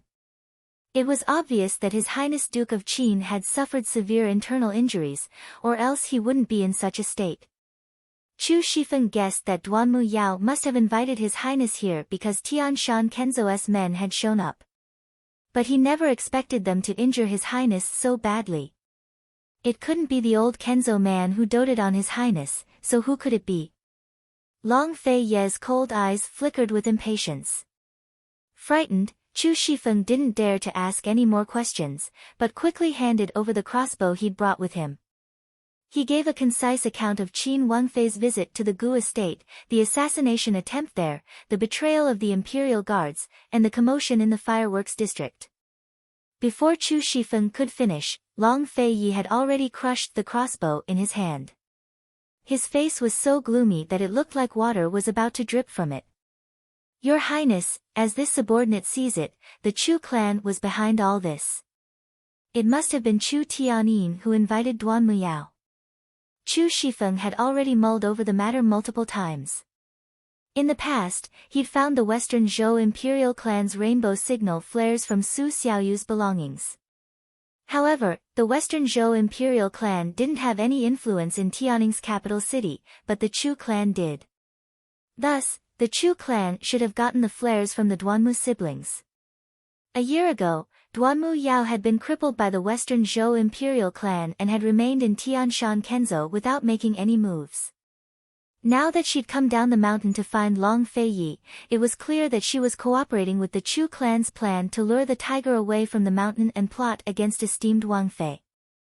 Long Fei Yi understood all of this at once. He had plenty of time to deal with these people, but the most important thing right now was to find Han Yunqing. Send all the men from the hidden pavilion to the fireworks district. Search every house carefully for your lordship. He gave the orders and left in a hurry, so fast that Chu Shifeng couldn't catch up to him on horseback. Unfortunately, his internal injuries were too severe, so he stopped in less than the time it took to brew a cup of tea to land on a tree trunk and spit up another mouthful of blood. Who was Zhang Qiuzi? He was the second most powerful man in charge of Tian Shan Kenzo. Although Cloud Realm's martial arts circles didn't have ranking tournaments, he was definitely the second strongest. Long Fei had taken all three of his palms head-on. His Highness's was Long Fei Yi, Had Yi, of Long Fei Yi S of Fei Chu S, Zayaf of Fei Yez's of him. Long Fei Yi didn't reply, but suddenly flew down from the tree. Long Fei Yi had no choice but to let him have his horse, which he mounted and galloped towards the southern gates. According to Chu Shifeng's explanation, Long Fei Yi was 80% certain that Han Yunqing was still in the fireworks district. The crossbowmen had used the spies in the imperial army to betray them. There was no doubt that they were determined to succeed in this assassination. However, they had chosen to take action in the hidden Gu family and had chosen to withdraw their troops in the fireworks lane. From these 2 points, it could be seen that they were still very afraid of the imperial army in the imperial city. Or rather, it could be said that they were afraid of Emperor Tianhui. They were afraid that the personal grudge of assassinating the Wang Fei would be escalated to a major incident that would endanger the people of the imperial city and threaten the imperial palace. After the black-robed men broke into the brothel, they didn't make any other moves. Either Gu Qisha and Han Yunqing had been kidnapped by them, or they were still hiding in the brothel. Long Fei Yi had always looked down on Gu Qisha, but this time he sincerely hoped that the man could protect Han Yunqing well. Currently, the 4 gates of Tianning's capital city had long been sealed. Without Emperor Tianhui or the Imperial Guard's orders, no one was allowed to enter or leave. By the time Long Fei Yi reached the gates, it was already dark. Long Tianma and Mu Qingguo had spent half a day trying to create panic with the crossbow archers, while the other kept lying to Emperor Tianhui about the enemy. Although Emperor Tianhui could tell that the Crown Prince and the General's estate were taking advantage of the situation to exaggerate, the gunpowder incident in the black market made him uneasy. Thus, he ordered the entire city to be on guard and search for the assassins. As soon as the guards on the city walls saw His Highness Duke of Qin, they all fell to their knees. But despite that, no one dared to open the gates. Open the gates immediately! Long Fei Yi roared. The guard captain was so frightened that he cried out, "Your Highness Duke of Qin, we've already sent someone to ask His Majesty for instructions. They'll be back very soon. May your Highness remain calm." Would Long Fei Yi waste words with him? Obviously not. He leaped from his horse and flew straight to the city gates. Before the guards on the city walls could react, he had already landed in the city. Seeing this, Chu Shifeng, who'd been chasing after him, jumped over the walls as well to lead the way to the Red Lantern district. Less than an hour later, news of the Duke of Qin's return spread throughout the capital. Very soon, news of the Duke of Qin leading a large group of black-robed guards to search the Red Lantern district spread as well. His Highness Duke of Qin couldn't be wrong about the location. Thus, Emperor Tianhui didn't bother to punish Long Fei Yi for his crimes. He sent a large group of men to follow Long Fei Yi to search the Red Lantern district. Long Tianma and Mu Qingguo, who were supposed to have left the capital, not only returned, but also sent men from other places to search for the Red Lantern district. A few imperial princes, a few aristocratic families, various dukes, marquises, the Bailey army, the capital governor, and even the justice courts sent men to search for the Red Lantern district. Some of them truly wanted to find Han Yunqing, while others wanted to claim credit from Emperor Tianhui. Others wanted to curry favor with His Highness Duke of Qin. No matter what their motives were, all of them had gathered at the Red Lantern district for the sake of finding a single Han Yunqing. It had to be said that Cloud Realm Continent's history had never seen such a tense situation in any of its capitals except for usurping the throne. Nor had so many forces gathered at the same time in the history of Cloud Realm Continent's brothels. Tianning's capital city was already filled with fear and trepidation to begin with, but His Highness Duke of Qin's return had turned it into an uproar. Long Fei Yi went straight to the brothel where Gu and Han Yunqing were hiding. Long Tianma, Mu Qinggu, and the rest had also arrived with news. By now, all of the guests had fled the place. Only the procuress, the girls, and a few page boys remained. Imperial Qin Uncle. Your Highness Duke of Qin. Everyone paid their respects, all of them wanting to report the situation. Long Fei Ye's internal injuries were severe, and he'd run all the way here. Blood and qi were roiling in his 5 viscera and 6 bowels, but he forced down the taste of blood in his throat. His face was pale white and cold. He ignored the crowd and ordered the secret guards to surround the brothel and search carefully. He strode into the brothel and searched the rooms one by one. He didn't even miss the storage room and the small hall. Seeing this, Long Tianma and the rest followed suit, searching from different floors and directions. Unlike the rough and simple kicks of the soldiers, they were silent and careful, afraid of alerting the enemy. A tense atmosphere filled the entire brothel, but the people in the corner rooms on the top floor had no idea what was going on outside. Only then did they breathe a sigh of relief. By now, Han Yunqing had finished treating Gu's wounds on his back. He had too many wounds, and 5 of them needed to be stitched up. Fortunately, she'd moved quickly, and the hemostatic medicine in her medical pouch was effective enough to prevent him from losing too much blood. Of course, Gu's body was in excellent condition as well. It had to be said that she'd expended a great deal of effort to bandage his wounds. These wounds were both small and numerous, so she could only stick gauze on them one by one and seal them with medical tape.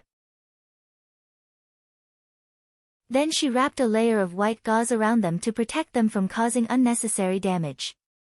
After she'd bandaged his wounds, Gu's originally well-built and well-defined upper body had become as bloated as a dumpling. When everything was finally done, Han Yunqing sighed in relief and patted the dumpling gently. Hey, your body is unusually good. I thought you would have fainted before I finished treating your wounds. Ha, these wounds are nothing. A few more stabs won't be a problem, Gu said, pretending to be brave. Han Yunqing snorted. In her opinion, Gu was already at his limit. If he didn't faint after a few more stabs, he must be a monster. She tidied up the medical pouch and the blood stains, then asked casually, I heard that you're the adopted son of the Medical Academy's first elder, and that you were raised with medicine. Is that true? A trace of hatred flashed across Gu Qisha's eyes, but it quickly disappeared. He joked, why else would my body be so good? As he spoke, he prepared to turn over, but Han Yunqing gently pressed him down. Don't move around.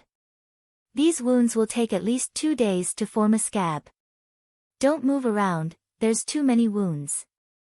You'll tear them apart if you move. If you bleed again, even the Medical Academy's first elder won't be able to save you, Han Yunqing said sternly as she pulled the covers over him. All right, I'll just lie there for 2 days. Gu Qishao secretly rejoiced. He was eager for Han Yunqing to make him lie on his stomach for half a month. That way, she'd be able to stay by his side for half a month. Of course, he knew they couldn't stay here for long, but he figured that Long Fei Yi had been lured away by Duan Muyao. With the Imperial Guards and Chu Shifeng's skills, they'd probably have to wait until tomorrow to search the area again. Perfect, he could spend the night alone with his poison lass. He still hadn't told her about the antidote for broomcorn millet poison yet.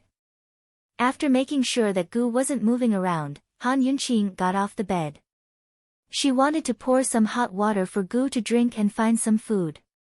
She wasn't planning to go back so soon, because there were many things she needed to ask Gu Qisha. For example, why was he hiding his identity?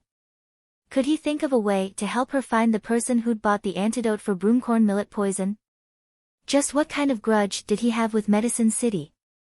He had such shocking medical talents and spent so much time and effort to establish Medicine Ghost Valley. Why did he choose to do evil instead of doing good? There was one more thing she remembered. When she'd been kidnapped by Jun Yixie's poison humans, this guy had saved her for a reason as well. As soon as Han Yunqing got off the bed, Gu immediately noticed the arrow wound on her other shoulder. Earlier, the two of them had been too busy avoiding the black-clothed experts to notice it. Later, Han Yunqing had been kneeling behind them the entire time and he hadn't noticed it. As for Han Yunqing, she'd been in a hurry to treat Gu's wound and had only relaxed now. She'd long forgotten about the pain and hadn't even noticed that her clothes were disheveled. Now, she even got off the bed barefooted to pour some water. How could Gu care about how beautiful her collarbone was or how pretty her jade feet were? Looking at Han Yunqing's cold, stern face, Gu Qixiao's heart felt like it had overturned a bottle of mixed feelings. Ever since he'd teased her until her eyes had turned red, she'd been very serious and calm. But in reality, she was still worried about his injury. After pouring the water, Han Yunqi took a sip to make sure it was warm before bringing it to Gu. Gu suddenly sat up, startling Han Yunqing. "What are you doing? Be good, don't move." Gu Qixiao gently caressed the wound on her shoulder, but the door to the room suddenly flew open.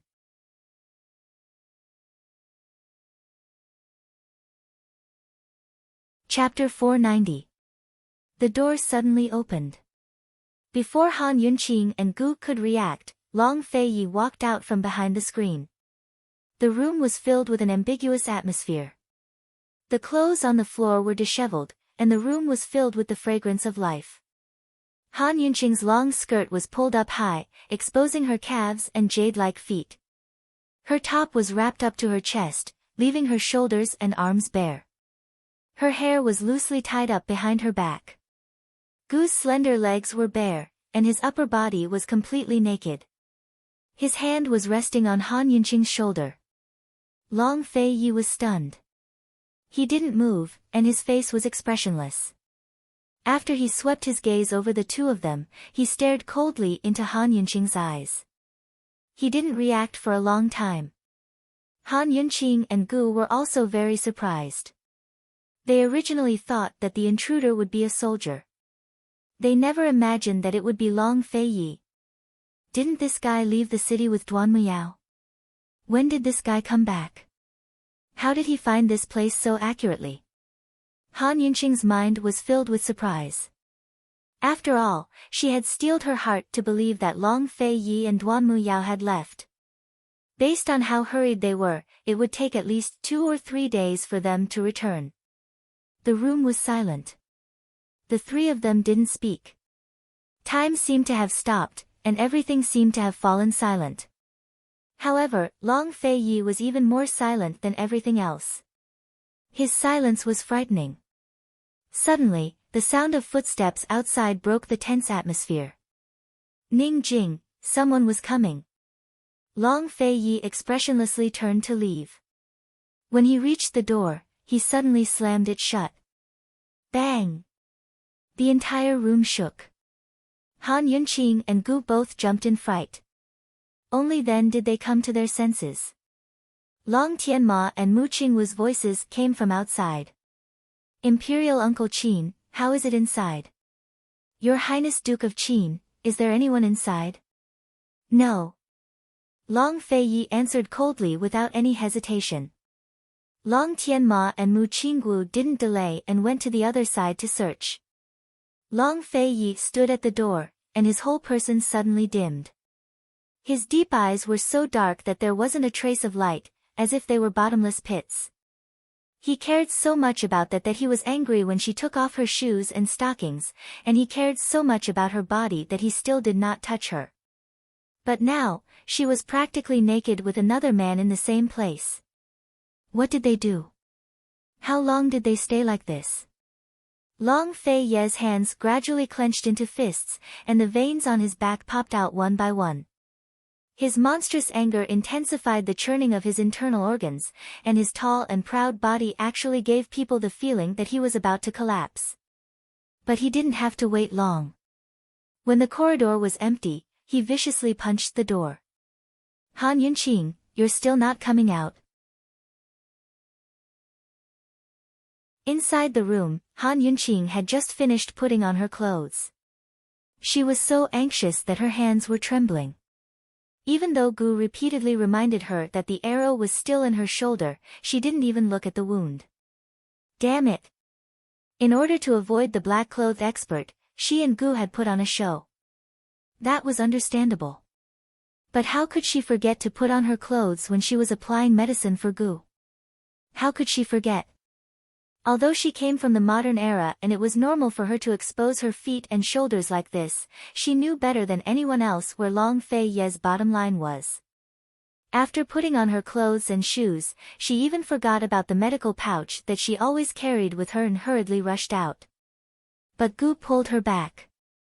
Poison lass, your shoulder is injured. You haven't even pulled out the arrow. I won't die. Han Yunqing pushed his hand away and was about to leave when Long Fei Yi came in. Seeing the two of them tugging at each other, he simply added fuel to the fire and pointed his sword at Gu. Let go of her. Long Fei Yi, try being fierce to her again. I won't let go.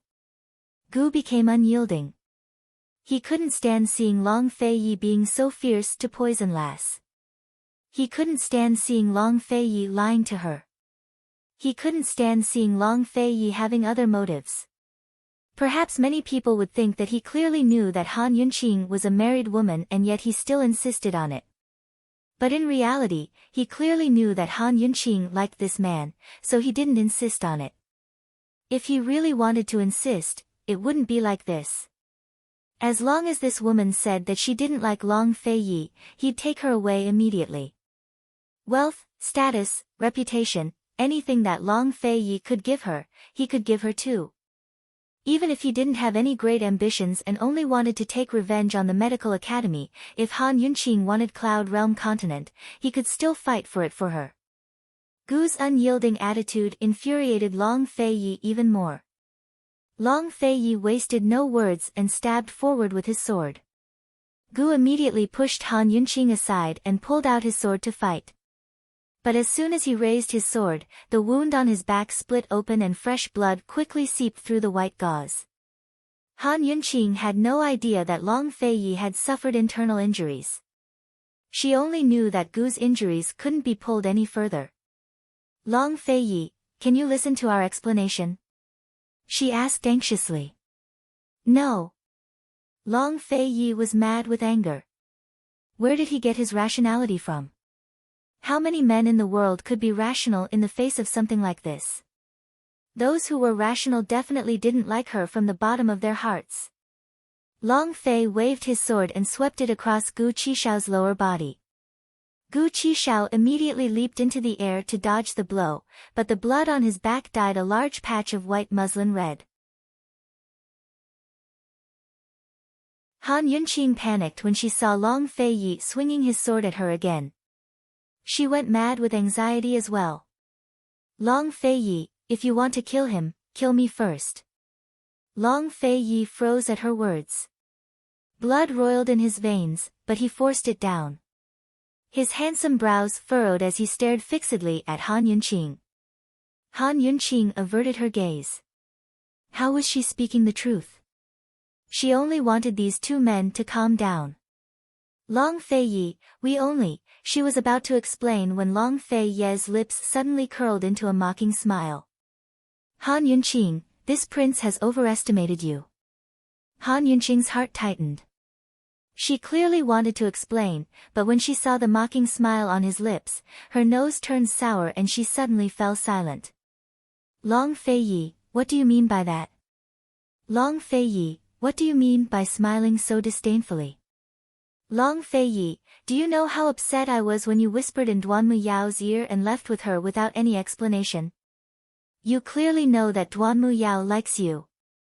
Long Fei Yi, why are you always not here when I need you? Long Fei Yi, do you know that it was Gu who risked his life to protect me? Why don't you ask us how we escaped from those crossbow archers? Long Fei Yi, why is there so much in your world that you can't tell us, but in my world, you have to forcefully interfere? Seeing Han Yunqing's despairing expression, Gu's heart ached so much that he was speechless. He threw caution to the wind and circled his arms around Han Yunqing's waist from behind. "Poison lass, I'll take you away. In your dreams." Long Fei Yi snorted coldly. The blade of his sword circled around Han Yunqing and pierced towards Gu's glabella. Who knew that Han Yunqing would suddenly raise her hand to block? Long Fei Yi couldn't stop in time and the blade grazed her hand. Blood splattered everywhere and her flesh was torn open. Long Fei Yi was shocked and immediately withdrew his sword. Gu was also shocked. He pulled Han Yunqing behind him and shouted angrily, "Long Fei Yi, do you know that there's still an arrow in her shoulder?" Long Fei Yi was mad with anger. He had seen it earlier but didn't realize that it was an arrow wound. He looked towards Han Yunqing's shoulder and couldn't see the wound, only the bloodstains on her clothes. That glaring red calmed him down a lot. He went forward to look at Han Yunqing's hand, but Han Yunqing hid behind Gu and didn't look at him. This woman's gaze was always chasing after him. Even if her body was hiding from him, her gaze wouldn't leave him. When had she ever avoided him like this? Long Fei Ye's blood was boiling and there was an indescribable bitterness in his heart. After a moment of silence, he said indifferently, "Come here." But Han Yunqing's heart was truly hurt. She couldn't accept the sneer on his lips, so she remained silent and looked away. Gu gave a soft snort and prepared to take Han Yunqing away when Chu Shifeng burst into the room with a few guards. Chu Shifeng gave a start at the sight.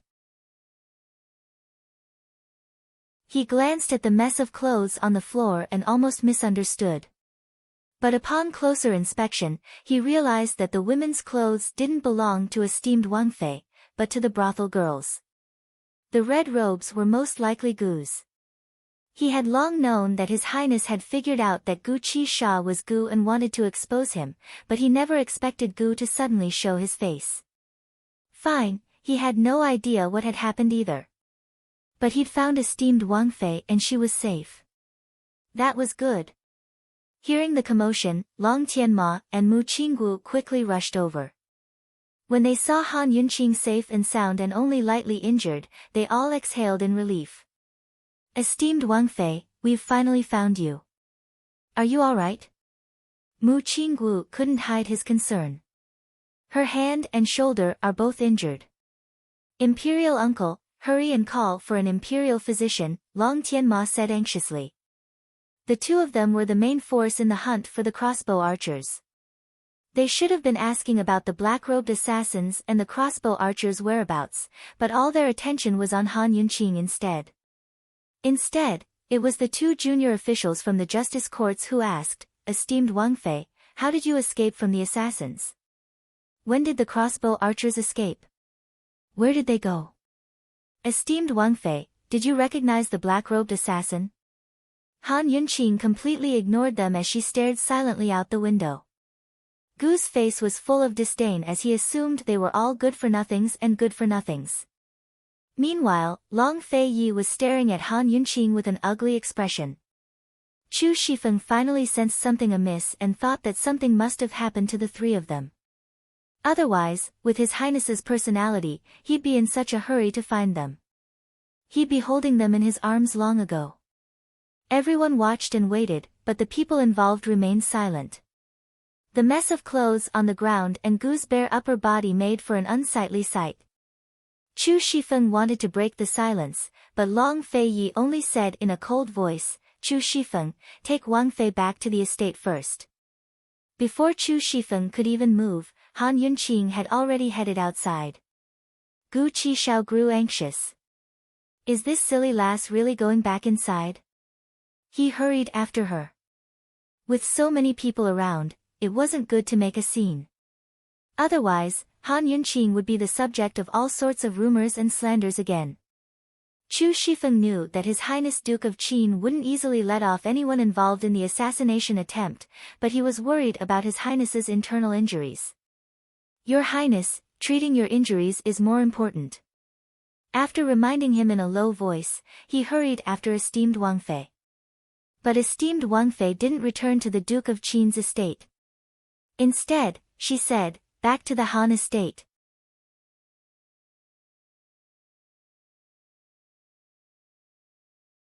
Chapter 491. Return to the Han estate. Chu Shifeng almost burst into tears at those words. He wanted to coax her, but didn't know how. He wanted to go back and tell His Highness Duke of Qin, but hesitated. Right now, the brothel was surrounded by a crowd of commoners, soldiers, and soldiers. Countless pairs of eyes were watching. If he failed to coax esteemed Wang Fei and angered her instead, she'd lose her temper in front of the gates. Wouldn't that be a joke? But if he went to tell His Highness Duke of Qin, who was on the verge of a breakdown, what if he lost control and rushed out to force esteemed Wang Fei to return to the estate? With Gu in the mix, they'd be nothing but a laughingstock. Rumors would spread like wildfire.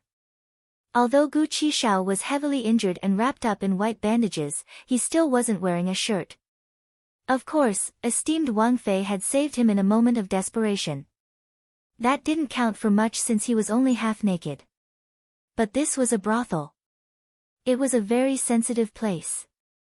Now that Gu Qishao had walked out with esteemed Wang Fei, it was inevitable that people would be curious as to how he'd saved her, how long they'd been in the brothel, when the assassins had left, and why esteemed Wang Fei hadn't called for help yet, and so on. Once people started asking questions like these, they'd be filled with all sorts of suspicions that would turn into rumors. Chu Shifeng knew that the wisest choice right now was to make esteemed Wang Fei and Gu disappear from everyone's sight as soon as possible. Then he'd shift everyone's attention to the problem of capturing the assassins. After all, there was still no news of them. Chu Shifeng was about to make a decision when a commotion arose from the crowd. Qi big brother. Qi big brother, what's wrong? Qi big brother. Who hurt you? Qi big brother. Mu Linger struggled to get to the front of the crowd, but was stopped by the soldiers with their spears in the end. She'd heard that Han Yunqing was in trouble this morning at the inn, so she'd come to Smoke Alley to help search for her. After all, Han Yunqing had saved her once, so she had to repay her debt. Who would have thought that he would actually see Qi brother, who was heavily injured and wrapped up in bandages?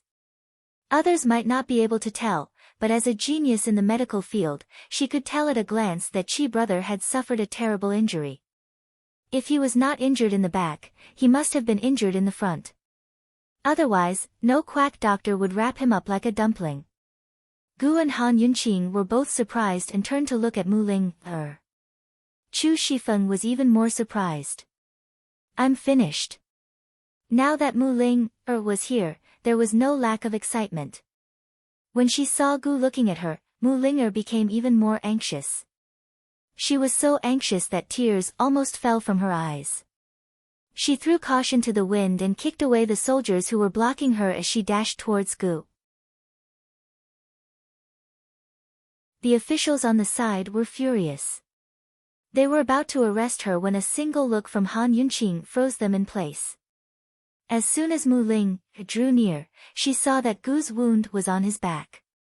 The wound had been torn open and the blood hadn't stopped flowing. She circled around him, too flustered to know what to do. She'd waited and searched for him for so long, but now he was seriously injured. Gu ignored her and was about to urge Han Yunqing to leave when Mu Ling suddenly lost her temper. Han Yunqing, it's you again. Silence fell upon the crowd at her words.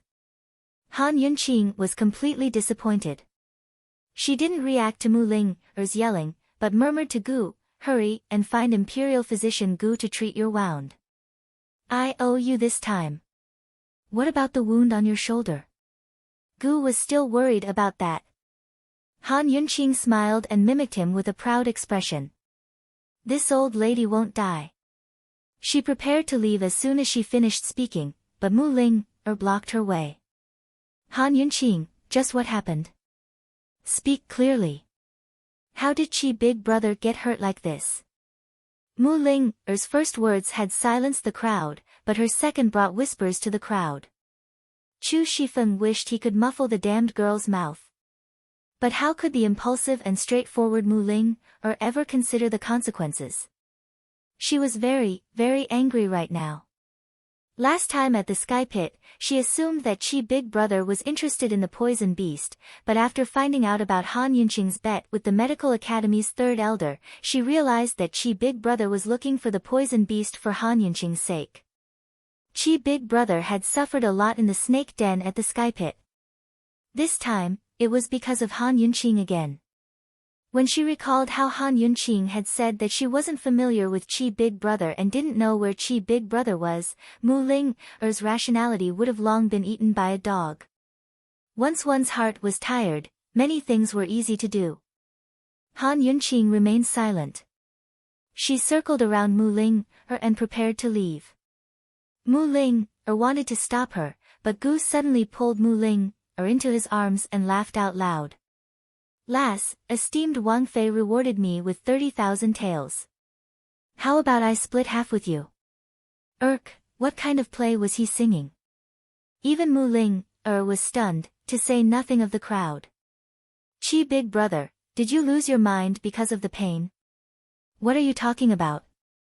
Your Chi Big Brother and I were playing in the building when I saw a man in black and esteemed Wang Fei being chased by an assassin.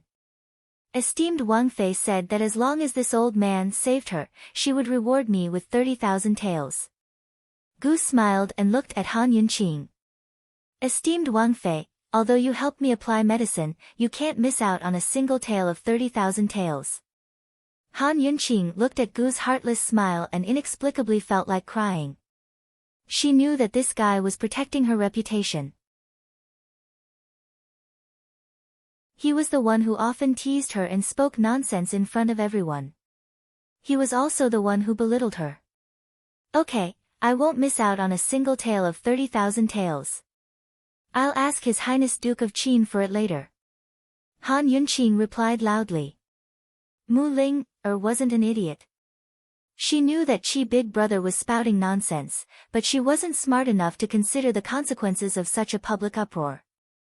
She was about to speak again when Gu tilted his head to look at her with a piercing gaze. In a low voice, he said, "Shut up."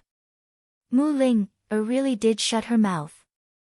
Although the man she loved was holding her, she felt like he was a stranger to her. So unfamiliar that she was afraid. With Gu's explanation and his embrace of Mu Ling, both commoners and officials were all watching. What kind of rumors could there be? Chu Shifeng never expected things to take such a turn for the better. Thrilled, he shouted, "Su Donglin, escort esteemed Wang Fei back to the estate. Everyone else, keep searching." His Highness Duke of Qin said not to let a single assassin escape. Han Yunqing silently boarded the carriage. As soon as she sat down, she realized she'd forgotten her medical pouch, but she didn't go back to get it. Instead, she glanced upstairs and said, "Let's go." Chu Shifeng didn't know whether esteemed Wang Fei meant going back to the Duke of Qin's estate or the Han estate.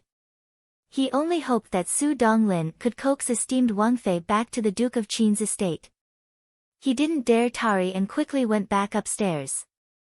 After all, His Highness's internal injuries were very serious, so he couldn't stop worrying. As soon as Han Yunqing left, Gu left with Mu Ling in his arms. Everyone's focus shifted to catching the assassins. After all, His Highness Duke of Qin was still in the brothel. Inside the brothel, Long Feiyi, Long Tianma, Mu Qingguo, and the rest were all gathered in a room. Many of them had asked Qin Wang Fei about the whereabouts of the assassins, but she'd left without saying a word. Many of them were displeased with her decision. But none of them dared to show it, because everyone could see that His Highness Duke of Qin's expression was very ugly. Currently, Long Feiyi was sitting on the messy bed and cleaning up Han Yunqing's medical pouch. A few gauze, cotton swabs, and other small items had fallen onto the bed. He carefully inspected each item before placing them into the pouch. His movements were very, very slow, and he was as quiet as an abandoned person. Everyone present wanted to ask him about the assassin's whereabouts, but no one dared to rush him. A long while later, Long Fei finished packing up the medical pouch before rising to his feet. Gu Qi Sha lured the assassins away. Judging from the time the city gates closed, those archers should still be in the city. His voice suddenly turned cold. Search from house to house for your lordship. This soldier obeys.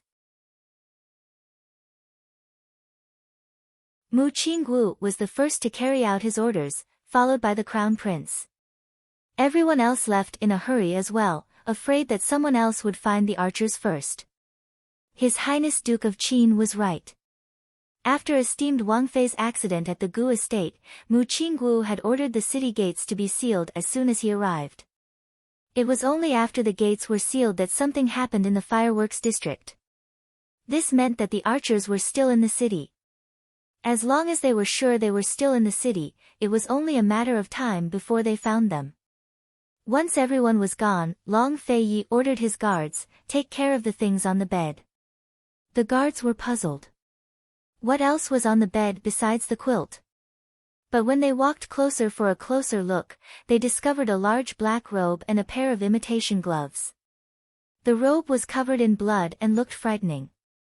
Without a doubt, Gu had left them behind. Long Feiyi had hardly left the room when Chu Shifeng arrived. Where are they? Long Feiyi asked. This subordinate had Su Donglin send them back. Chu Shifeng really didn't dare to mention the Han estate at a time like this. Let's go back first. Long Feiyi murmured. He walked very slowly, one hand clutching his medical pouch while the other rested on his sword. Chu Shifeng's heart grew alarmed, but he didn't dare to make a sound. Long Feiyi climbed into the carriage and finally couldn't take it anymore. He leaned weakly against the pillow and closed his eyes. Once the carriage was far away, the two junior officials from the justice courts emerged from the building. Looks like we'll have to search for them ourselves. The Duke of Qin is in a hurry to go back and comfort that woman. How could he possibly go after the assassins? Don't you think His Highness Duke of Qin is acting strange today? Even if he's strange, it's none of our business.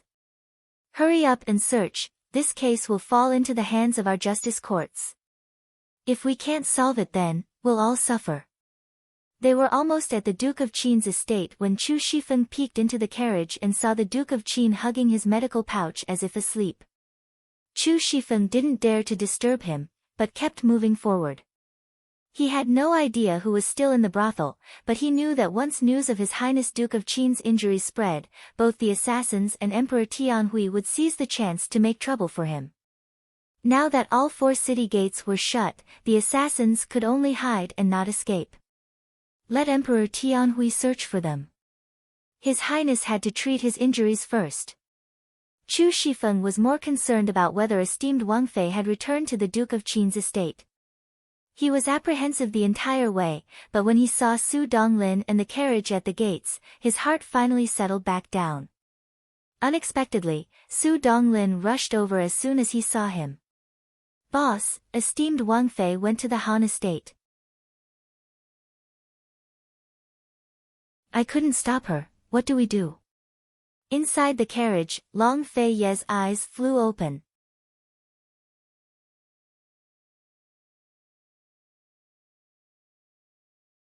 Chapter 492. That woman went to the Han estate. Long Fei's heart had finally calmed down, but now it flared up again. He told her to go back to the estate, but she went to the Han estate instead. What did she mean by that? Was she not planning to go back to the Duke of Qin's estate? Did she want to leave him? Long Feiyi was so angry that his cold face seemed to be covered in a layer of frost. He emanated a frightening aura of danger and almost crushed the medical pouch in his hands. But he didn't say a word. Outside the carriage, Chu Shifeng was trembling with fear. He didn't know if His Highness had heard Su Donglin's words, but he still had to report it. After all, His Highness had left the task of escorting esteemed Wang Fei back to the estate to him. Chu Shifeng glared at Su Donglin a few times before gathering his courage to speak. But Long Feiyi suddenly said coldly, "Why aren't you going in yet?" Frightened, Chu Shifeng quickly drove the carriage through a side door. As for whether His Highness was going to find someone, he didn't dare to ask. But somehow, he felt like His Highness would tell him something. Unexpectedly, Long Fei Yi went straight back to his quarters and shut the doors. He didn't say a thing. Zhao Mama, Bailey Mingxiang, and Su Xiaoyu blocked Chu Shifeng's way, but all three of them were concerned about different things.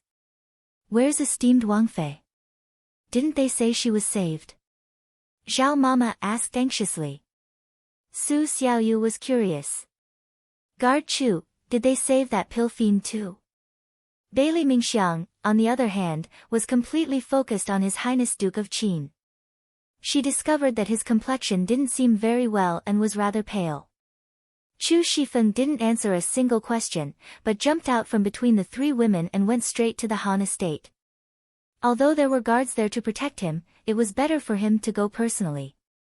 The assassins wouldn't dare to make a move now, but what if? Actually, Chu Shifeng wanted to tell esteemed Wang Fei that His Highness Duke of Qin had suffered serious internal injuries. Unfortunately, he didn't dare to speak too much about His Highness's affairs. At this moment, Han Yunqing was in the leisure cloud park of the Han family. After Madame Helian became the head of the household, she renovated the Han residence and rented out all the empty courtyards, leaving only 3 courtyards, one of which was reserved for Han Yunqing. Because Han Yunqing's courtyard in the Duke of Qin's mansion was called Leisurely Cloud Pavilion, she reversed the 2 characters Leisurely Cloud, and named it Leisurely Cloud. Madame Helian and Little were standing guard at the door. Even now, they were still confused and had no idea what had happened. The Princess Consort had been saved, so why was she here? Madame Helian had already tried to persuade him several times. Helpless, she could only keep winking at Little asking him to persuade him. Sis, open the door. Big sister, did His Highness Duke of Qin bully you? Sis, please open the door. Is begging you. Finally, Han Yunqing spoke up. 7th Madam, all of you should go and rest. I'm tired and want to sleep. Madame Helian had no choice but to leave with Little After calming down, Han Yunqing finally exhaled. Unfortunately, her heart was still stifled. She hugged her knees and sat on the couch. Her head was heavy and in a mess. From the assassination attempt at the Gu estate to Gu Qishao saving her, to the betrayal of the Imperial Guards, to Gu Qishao taking her away, to Gu Qishao revealing his true face, to Gu Qishao's serious injuries, to Gu Qishao's urgent treatment, and then Long Fei's appearance. Everything had happened so quickly that she still hadn't recovered her senses. She only felt like she was in a dream. In her dream, Long Fei Yi had returned, but it wasn't a beautiful dream. She knew that Long Fei Yi would be angry if she shared a bed with Gu with her disheveled clothes. Anyone would be angry. But why didn't he listen to her explanation? He clearly knew that she had been attacked, didn't he? He clearly saw that she and Gu were both injured, didn't he? She had applied medicine for Gu with her disheveled clothes. She really deserved to die. But she was really anxious at that time and forgot. It wasn't intentional. As a doctor, she was anxious in the face of such a terrible injury. Besides, Gu was injured because of her. Why didn't Long Fei Yi think about it? If it wasn't for Gu, would he have come back to collect the corpse? Right and wrong, scene after scene flashed through Han Yunqing's mind. However, the one that repeated the most was Long Fei Yi's disdainful sneer. Long Fei Yi, because I like you, I'm so proud that I can lower myself to the ground. But you can't look down on me like this. What kind of woman do you take me for? What kind of woman do you take me for? The more Han Yunqing thought, the more her head hurt. Gradually, she closed her eyes and fell to the side. She was so preoccupied with Gu's injuries and Long Fei Yi's anger that she forgot about the wound on her shoulder. Even now, she hadn't pulled out the arrow from her shoulder. The wound wasn't bleeding, but it was already inflamed. Her head hurt not only because she was vexed, but because she had a high fever. Yeah. The window was carefully pushed open as a furry little head poked out. It was none other than Lil Thing. When it saw that Mama Yunxi was asleep, it crept closer. But it quickly realized that something was wrong and was about to call for help when the white-robed man entered. Chi Chi! Lil Thing cried out anxiously. Shoo! The white-robed man gently motioned for it to quiet down. Lil Thing really did quiet down and obediently jumped onto the windowsill to stand guard. Actually, it and the gentleman had found Mama Yunxi before His Highness Duke of Qin, but the gentleman hadn't shown himself. The white-robed man carefully straightened the curled-up figure on the bed and sat by her side. He gently touched her forehead and took her pulse. After giving her a small pill to make sure she wouldn't wake up, he began to inspect the wound on her shoulder. She'd worn 3 layers of clothing to hide the wound, but the arrow had sunk deep into her flesh. Only a small part of the arrowhead could be seen, hidden by her clothes. It was difficult to inspect without taking off her clothes, but he was a true gentleman. He didn't touch her, but covered her with the covers. He'd not only given her a fever medicine, but a sleeping pill as well. She'd have to sleep for at least a day before she woke up. No amount of pain would wake her up. Still, he was afraid that she'd be in pain, so his movements couldn't be any gentler. He carefully lifted up the hole in her clothes and examined it. It seemed impossible to see clearly, so he knelt on one knee by the bed and found a suitable angle to inspect it. He repeatedly adjusted the angle and checked over and over again until Lil Thing yawned by the window. His eyes remained focused and serious. Finally, he found the most suitable position. First, he used a magnet to pull out some of the bolts. Then, he quickly used his fingers and middle fingers to clamp the bolts. With a sudden pull, the 3-inch bolt was pulled out of the ground. Strangely, Han Yunqing's wound didn't spurt any blood, but only a little. After all, the arrow had been shot so deeply and for so long. Pulling it out would definitely cause a lot of blood. He cleaned up the bloodstains and sprinkled some medicine to stop the bleeding. This time, his movements were no longer slow. He quickly wrapped up the wound so it wouldn't bleed. After that, he sighed softly and touched her forehead again. Although he was reluctant to do so, he quickly let go of her hand. Her fever had already begun to recede, which was good. Only then did he rise to his feet, his legs numb from kneeling. He smiled helplessly, a gentle smile hidden beneath the white gauze covering his face. All that could be seen was his clear, handsome features filled with tenderness. He poured out a cup of water and placed it by the bed. After some hesitation, he took off his white gauze and wrapped up the arrow before placing it by the bed as well. If Han Yunqing woke up now, she'd definitely see his doting, helpless smile. It was the most gentle face in the world. Unfortunately, Han Yunqing was still asleep. Silly girl, the wound is so deep, you mustn't move around. He looked at her for a long time, long enough for Lil Thing to assume that he'd stay. But in the end, he turned to leave. Lil Thing finally realized that he wasn't wearing a mask, but it wasn't shocked. It had long known who he was. His scent was the cleanest in the world, and the faint scent of medicinal herbs was the best in the world. After leaving the room, he suddenly vanished into thin air. Lil Thing panicked and quickly leapt onto the roof. Fortunately, he was standing right there. Naturally, Lil Thing had to stay behind to protect Mama Yunxi, but it had something to tell the gentleman. It quickly scurried onto his shoulder and dug out a clot of congealed blood. Cheep cheep, cheep cheep. This was Gu's blood. It had long sensed that something was off about Gu, but never expected his blood to be so delicious. It didn't know what was wrong with the blood, nor could it tell that it was poisonous, but it made its mouth water as soon as it smelled it. It really was delicious.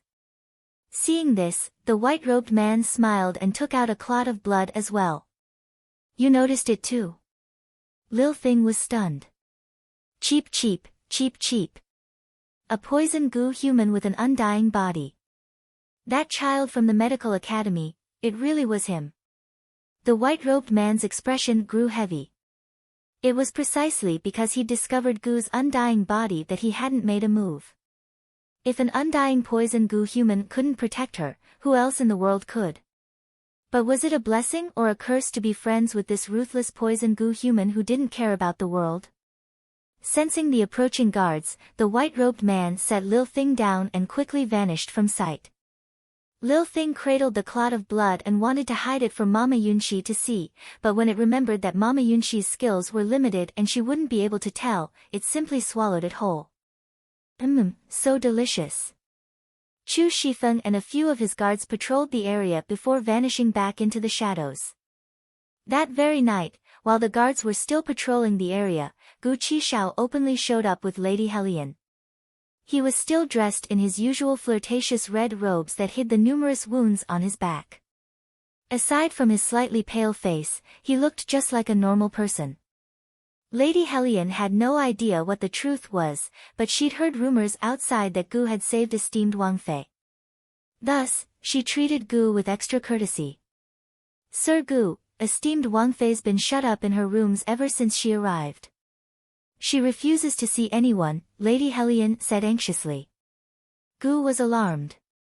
Didn't anyone treat your wounds? Lady Hellion was startled as well. Wounds? Han Yunqing had been shot very deeply. Moreover, she'd taken off her clothes and put them back on after being shot, so the arrow was hidden beneath her clothes. It was impossible to tell unless one looked closely. Gu immediately realized what was going on and prepared to kick the door open, but Chu Shifeng suddenly appeared to block him. Gu, don't be so impudent.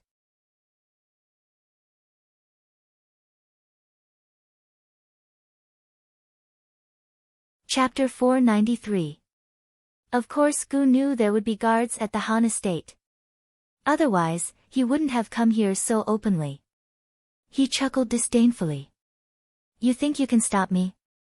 Gu, if you really have the skills, then go find those assassins. Stop stirring up trouble here. Chu Shifeng huffed. Gu laughed out loud. So you're saying that Long Fei Yi doesn't have the skills to find those assassins? You're the one who doesn't have the skills. Chu Shifeng raged.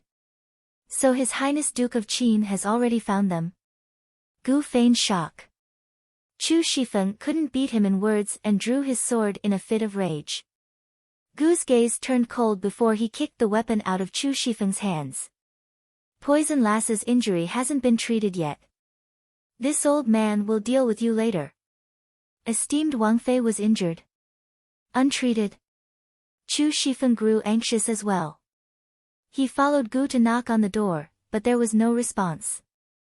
Han Yunqing could naturally hear Chu Shifeng and Gu's voices, but she didn't have time to pay them any attention. She was too busy inspecting the wound on her shoulder. It had to be said that the way the wound had been treated left her astonished. She'd been shot very deeply. The 3-inch bolt had practically sunk into her flesh, but the person who'd treated her wound had pulled out the arrow without even taking off her clothes. They hadn't even cut open the clothes around the wound. How had they done that?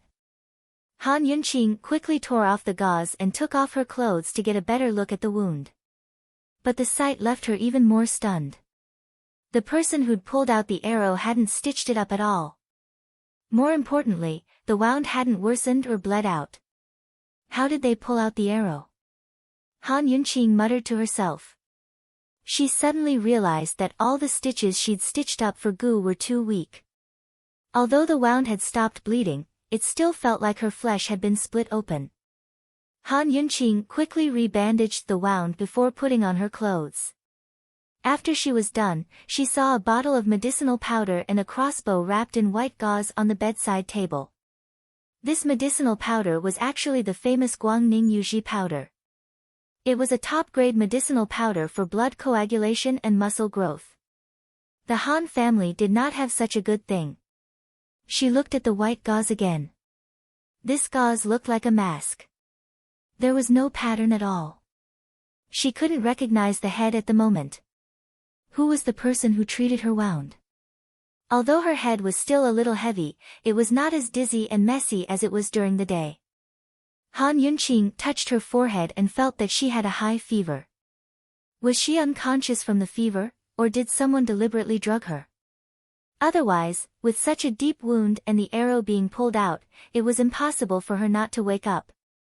She looked at the white veil again and thought of that white-robed man. But, was that fellow's medical skills that good? His ability to treat wounds was not inferior to Gu Beiyue's.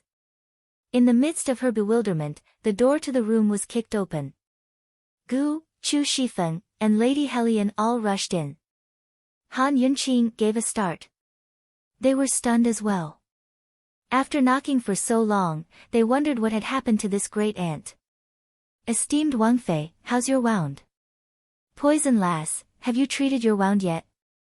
Chu Shifeng and Gu were both anxious, but Lady Helian's eyes were sharp enough to notice the object by the bed. Esteemed Wang Fei, you've treated your wound? With Lady Helian's words, Han Yunqing was certain that the person who'd treated her wound wasn't a member of the Han family. A seed of doubt had been planted in her heart. She silently hid the white gauze and said, it's taken care of. The small wound is fine now. You can all leave. Gu examined the wound carefully and saw that it had been treated. Only then did he relax. Esteemed Wang Fei, you should return to the Duke of Qin's estate with this subordinate. His Highness has already gone back, Chu Shifeng urged. He did not dare to reveal that His Highness had suffered internal injuries, but he said that His Highness had already returned to the palace. The Princess Consort should have guessed that something had happened to His Highness. Otherwise, at this critical moment, His Highness would have searched for the assassins and would not have stayed in the palace. Unfortunately, Han Yunqing only pretended not to hear. 7th Madam, you and Guard Chu should both leave. She wasn't stupid, but too smart. With the city gates closed, the assassins wouldn't be able to escape. If she was the Long Fei Yi, she'd return to the estate to drink tea and sleep. Long Tianma and Mu Qinggu had already escalated the situation to the point of endangering the capital. In that case, Emperor Tianhui should be the first to worry. The assassination and gunpowder cases were so close to each other that Emperor Tianhui had his own suspects. He'd rather kill the wrong person than the wrong person. Esteemed Wang Fei, you're only leaving Gu alone. Chu Shifeng suddenly broke into a cold, disdainful laugh. Esteemed Wang Fei and His Highness had fallen out because of Gu Qishao, but she still left him alone in a room with a single woman? Did this woman really not know how to avoid arousing suspicion, or was she really a fickle woman who wanted to have a foot in two boats? Seeing Chu Shifeng's expression, Han Yunqing felt unwell all over. Long Fei Yi was doubting her, and now this servant was doubting her as well. Do I need to explain to you what I do? She'd always done things her own way. Back in the medical academy, she'd refused to budge even when the academy head and board of directors threatened her. Ever since she was young, she'd lived 2 lifetimes, but she'd never taken the initiative to explain herself to anyone except Long Fei Yi. But Long Fei Yi would never listen to her explanations. If not for the fact that she held the title of Qin Wang Fei and was afraid of tarnishing it, why would she care about the rules and etiquette of this world? Why were there so many rumors and slanders? She, Han Yunqing, would never give face to anyone, much less this world. Chu Shifeng fell silent. This subordinate has overstepped his bounds. Esteemed Wang Fei, please forgive me. Scram! Han Yunqing said bluntly. Chu Shifeng was both angry and aggrieved as he turned to leave. Lady Helian glanced at Gu and hesitated to coax him, but Han Yunqing turned to cold water and said, 7th Madam, you should leave too. Helpless, Lady Helian could only silently withdraw from the room. As soon as she was outside, she chased after Chu Shifeng to put in a good word for esteemed Wang Fei. Perhaps esteemed Wang Fei had left Gu Qishao behind for business, but Chu Shifeng was long gone by the time she ran after him. Heaven knows if Chu Shifeng would complain to the Duke of Qin. Meanwhile, Han Yunqing had left Gu alone in the room because she had business to discuss. Have you taken care of the injury on your back? Han Yunqing asked. Mu Ling's taken care of it, don't worry. Gu would never seek out Gu Beiyue. What if that guy picked up on some clues? Actually, he hadn't sought out Mu Ling at all. Once the bleeding reached a certain point, it would stop on its own, so he was too lazy to treat it. Mu Ling had long been poisoned by him and was now sleeping in the inn. Han Yunqing was relieved to see that Gu seemed to be in good spirits. She sat down and fell silent for a while before speaking. Gu Qi Sha, how should I address you? She'd remembered the favor of saving her life, but she still had to pay for his deceit. Gu could guess that Han Yunqing had asked him to stay because of that. He grinned as he sat down. Qi big brother would be the best. Han Yunqing was in no mood to joke around. She said coldly, you're investigating my origins too. Why did you bring me to Mute Granny? Why did you fall out with Medical City? Are your poison skills related to the poison sect? Gu laughed heartily. Girl, don't you get tired of thinking so much? Answer my question. Han Yunqing said seriously. Hey, Qi big brother, let me tell you something. Before Qi big brother met you, he already had two identities. The medical academy will keep an eye on Gu Qi Sha, but not on Gu, understand? This is Qi big brother's own secret, Gu said with a smile. Han Yunqing understood. Everyone had their own secrets and there was no need to explain them to anyone. Just like the secret of her transmigration and the secret of her detoxification space, there was no need to tell anyone. She didn't want to pursue these questions, but there was one thing she had to clarify.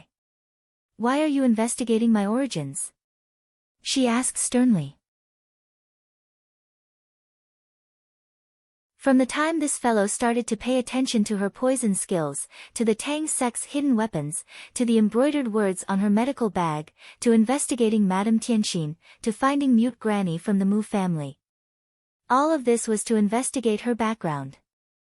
Don't think that just because he's always joking around, she'll take him for a fool. This guy still doesn't know that her biological father isn't Han Kongan, but a descendant of the poison sect. When he first brought her to Mute Granny, he was already suspicious of her relationship with the poison sect. The reason he'd noticed her at first was probably because he suspected that her poison skills were related to the poison sect. Han Yunqing had asked him why he was looking for a descendant of the poison sect. He'd joked, as a catalyst to refine an antidote. She'd even asked him what kind of poison he'd been afflicted with, and he'd said, the most poisonous poison in the world. Han Yunqing didn't believe his joke, but she firmly believed that this guy had a motive for getting close to her. This time, Gu wasn't smiling. Instead, he wore a rare expression of seriousness, but he didn't answer Han Yunqing's question. Instead, he said seriously, Poison lass, trust me. No matter what I do, I won't harm you. Is he trying to brush me off?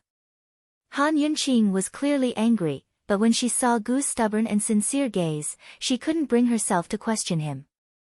She was afraid that she'd hurt his heart. Just yesterday, he'd risked his life to save her. What reason did she have to not trust him?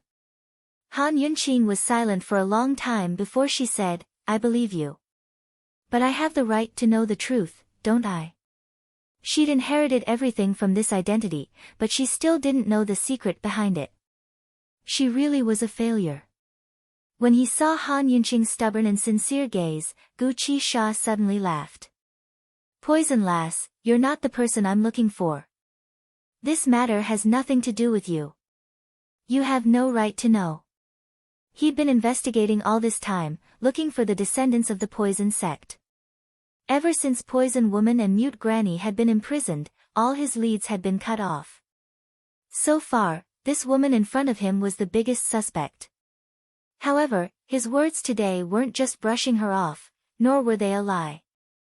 He hadn't just said it for Han Yunqing's benefit, but for himself as well. His poison lass wasn't the person he was looking for. She definitely wasn't. Even if she was, he'd pretend that she wasn't. He had plenty of ways to take revenge on Medical City, but as for the antidote, her existence, every smile, every frown, every word was the best medicine for him.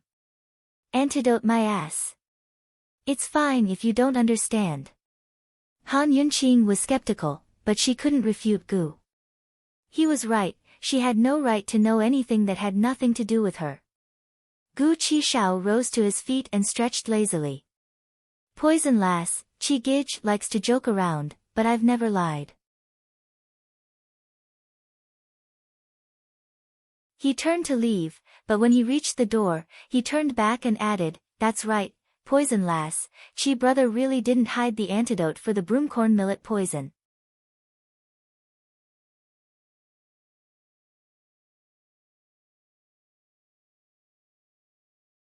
Chapter 494. He didn't keep the 10% antidote for himself. What did he mean? If he didn't keep it, where did the antidote go? Han Yunqing's other reason for keeping Gu Qishao here was to ask him who he'd sold the antidote to back then. Who knew that Gu Qishao would leave her with such a line? Gu Qishao, wait. Han Yunqing chased after him, but Gu Qishao was already nowhere to be seen. She stood at the door in a daze. Her fever and sleeping pills had just subsided, but her head was still a little heavy. She tried to recall what happened with the antidote, but soon her head started to throb. Back at Pill Fiend Valley, she'd used the serpent fruit to calculate the true amount of antidote. Meanwhile, Gu Qishao had used useless medicinal powders to mix with the antidote, causing the inside of the bottle to turn black. This proved that he'd given Long Fei a full bottle. At that time, she didn't think too much about it and immediately assumed that the inner wall of the bottle that Gu had given her was completely black, thus denying Gu's evidence. If Gu had mixed the fake antidote, then so be it. Why did he choose the fake antidote that would react with the porcelain bottle? Why did he have a trick up his sleeve? At that time, she had also thought about this question, but she didn't think too much about it. She just thought that Gu had left this trick up his sleeve so that he could cheat them of the antidote. To be honest, although she had been so serious about the quantity, she didn't want to prove anything. She just wanted to deny Gu. Because before she went to the Medicine Ghost Valley, she had already denied Gu completely. She couldn't possibly doubt her own husband and trust someone who had mixed the fake antidote to cheat them. But what about now? The person who had mixed the fake antidote to cheat them was Gu. It was Gu who had brought her to find Mute Granny. Therefore, Gu had no reason to kidnap Mute Granny and secretly hide the 10% antidote for Mute Granny. 10% of the antidote was just enough to cure the broomcorn millet poison once. If it wasn't Gu, then who had the 10% antidote? What was he going to do with it? Han Yunqing suddenly realized that she was afraid. She didn't dare to think further, nor was she willing to think further. Now it seemed that Gu had purposely used the ineffective powder to blacken the inner wall of the porcelain. Did that guy know something? Gu! Come out! Gu, I know you're here. Come out and explain yourself. Gu! Han Yunqing chased him to the courtyard and shouted desperately.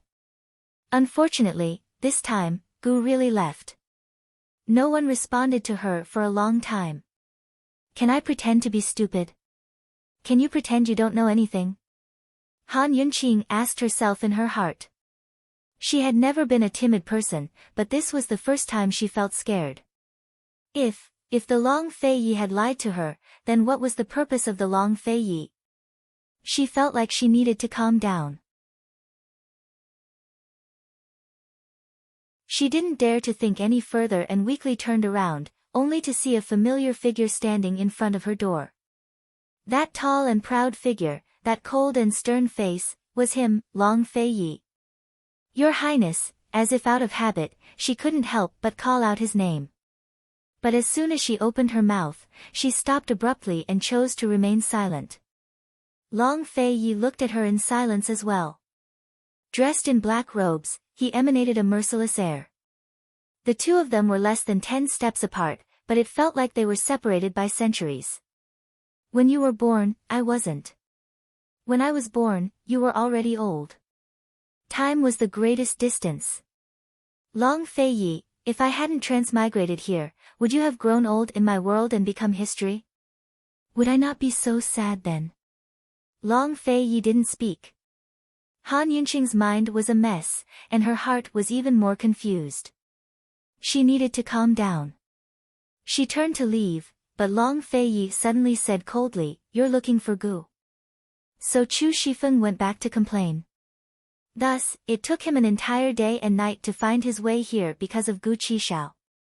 She'd realized she'd left her medical pouch outside the brothel, but purposely didn't go upstairs to get it. Hadn't she left it there for him? She'd left him with a reason to find her. She knew he'd check the room and find the pouch. But he'd only come now because Chu Shifeng had complained. Han Yunqing's heart grew cold. She didn't answer, but turned to leave. Long Fei Yi flew over to block her way. "You still haven't answered your lordship's question." Han Yunqing took a deep breath and bowed respectfully. "Yes, I'm looking for him. May I ask if your Highness Duke of Qin has any other business?" Her reverence was an eyesore to Long Fei Yi. "What, you can't bear for him to leave? It looks like your lordship came at the wrong time," he laughed coldly. Han Yunqing's eyes began to sting, but she stubbornly held them back. She gave him a provocative look. "Yes. Han Yunqing." Long Fei Yi flew into a rage. He pressed down on her shoulder and gripped it so tightly that he almost crushed it. At this moment, Lady Hellion arrived. Seeing the situation, she cried out in fright, "Your Highness Duke of Qin, please have mercy. Your Highness Duke of Qin, esteemed Wang Fei's shoulder is injured, you can't. You can't." Long Fei Yi finally remembered that he'd seen her shoulder injured at the brothel. He abruptly released her, but it was already too late. Fresh blood seeped out from her bandages and clothes to stain his hands. He stared blankly at his bloodied hands, then at Han Yunqing's pale, stubborn face. His heart felt like it was being cut by a knife. He was about to apologize when Han Yunqing smiled, her dimples as beautiful as a flower. "Long Fei Yi, everyone can see my injury. You're the only one who hasn't seen it since last night," she said. "Your Highness Duke of Qin, if there's nothing else, please do as you please. I'm still in a rush to find Qi brother." "Qi brother?" Long Fei Ye's entire being emanated a terrifying killing intent. His bloodied hands slowly clenched into fists that crackled as if ready to punch her at any moment. Lady Hellion was scared witless. She gaped and couldn't speak. Han Yunqing's shoulder hurt like hell, but it couldn't compare to the pain in her heart. She didn't say anything else, nor did she want to ask about broomcorn millet poison. She curtsied and turned to leave. Long Fei Yi narrowed his eyes at her retreating form. She was already far away, but he didn't move. It wasn't until Chu Shifeng found him that he recovered his wits. "Your Highness, this subordinate," Chu Shifeng didn't know what to say. He wanted to go back and complain, but he couldn't find His Highness anywhere in the Duke of Qin's estate. He had no choice but to turn back, only to find His Highness at the Han estate. Before Chu Shifeng could figure out the situation, Long Fei had already turned to leave. The hand behind his back had been clutching a medical pouch. If it wasn't Han Yunqing's, who else could it be? "Guard Chu, did you complain to the Emperor? Which servant doesn't want the best for their master? It's fine if you don't try to mediate, but you even added oil to the fire. What are your intentions? Yunqi definitely isn't that kind of person. She must have something to discuss with Sir Gu. I'm telling you now, His Highness won't forgive you easily once they make up." Lady Hellion warned angrily. Chu Shifeng felt wronged. "I didn't say anything. I've just found His Highness." "Then why are they arguing again?" Lady Hellion huffed. "Go ask your family's great-aunt." Chu Shifeng was filled with grievances and anger as well. He couldn't care less about that now, but he should hurry and chase after His Highness. Who cared if that ignorant woman lived or died? His Highness's health was more important. He'd need 2 or 3 days of closed-door cultivation to treat his internal injuries, or else he wouldn't be able to hold on. With everyone gone, the Han estate resumed its silence. Han Yunqing hid in the medicine room and treated her own wounds. They were very deep to begin with, but Long Fei Ye's pinch had wasted all of her previous efforts. Fresh blood kept flowing out. She used the bottle of medicine left behind by the white-robed gentleman and the Han estate's own medicine to stop the bleeding. Fortunately, the effects were good. After bandaging the wound, she was exhausted and weak. She lay paralyzed in the pile of medicine, unwilling to move. Her head hurt, so she didn't want to think too much. But Mute Granny's incident, Gu's reminder, and Mu Ling's curses kept popping up in her head. As she thought about it, she didn't know why she fell asleep in the end. Lil Thing popped out from the side and looked at Mama Yunxi's injuries with heartache. It had been hiding on the side, itching to bite His Highness Duke of Qin to death. But in the end, it didn't dare. It knew that Mama Yunxi couldn't bear to part with him. It could only obediently curl up by her side. It really, really wanted the gentleman to take Mama Yunxi away. The gentleman was the last person in the world who'd hurt her. The night was still quiet. All of the capital city was brightly lit, and the imperial guards were still searching for assassins from house to house. How many people could sleep peacefully?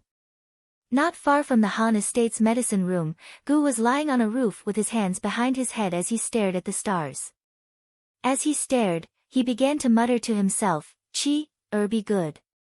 Chi, be good." When he was young, his father must have coaxed him to sleep like this. It had been a long time since he thought about his childhood, but Poison Lass's questions today made him recall his childhood.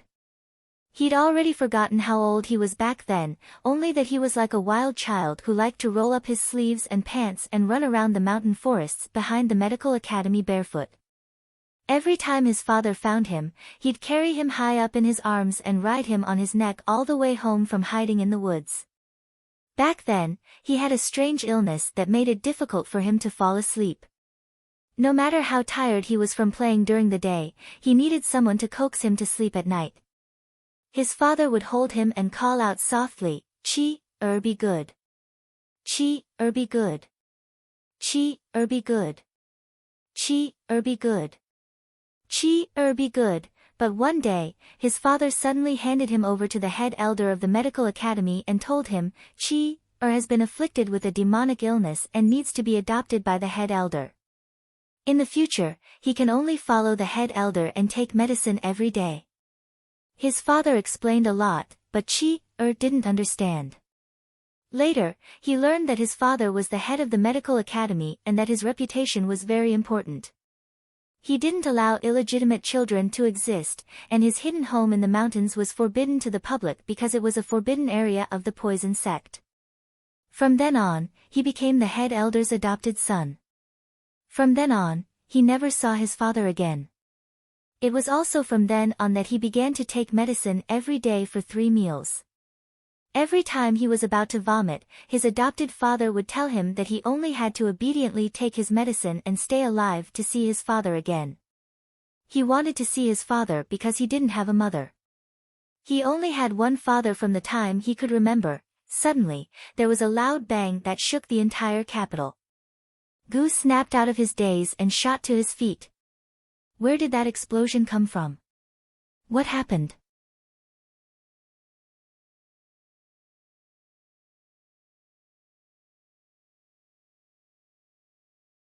Chapter 495. In the middle of the night, a huge explosion shook the entire capital city. Gu jumped to his feet. He didn't know where the gunpowder had come from, but when he saw that the Han estate was fine, he lay back down. He'd never been a curious man, nor did he have the leisure to meddle in other people's business. Whether it was the chaos in Tianning's capital city, Tianning country, or Cloud Realm continent itself, none of it had anything to do with him. His childhood memories had been interrupted, so they wouldn't continue. Aside from his nightmares, he'd never think of them when he was awake. He stared at the stars in the sky, which were reflected in his clear and bright eyes. His world had quieted down, but Tianing country had begun an era of turmoil with this loud boom. Han Yunqing was startled awake from her deep sleep. At first, she thought she'd had a nightmare, but when she heard the commotion outside, she knew something big had happened.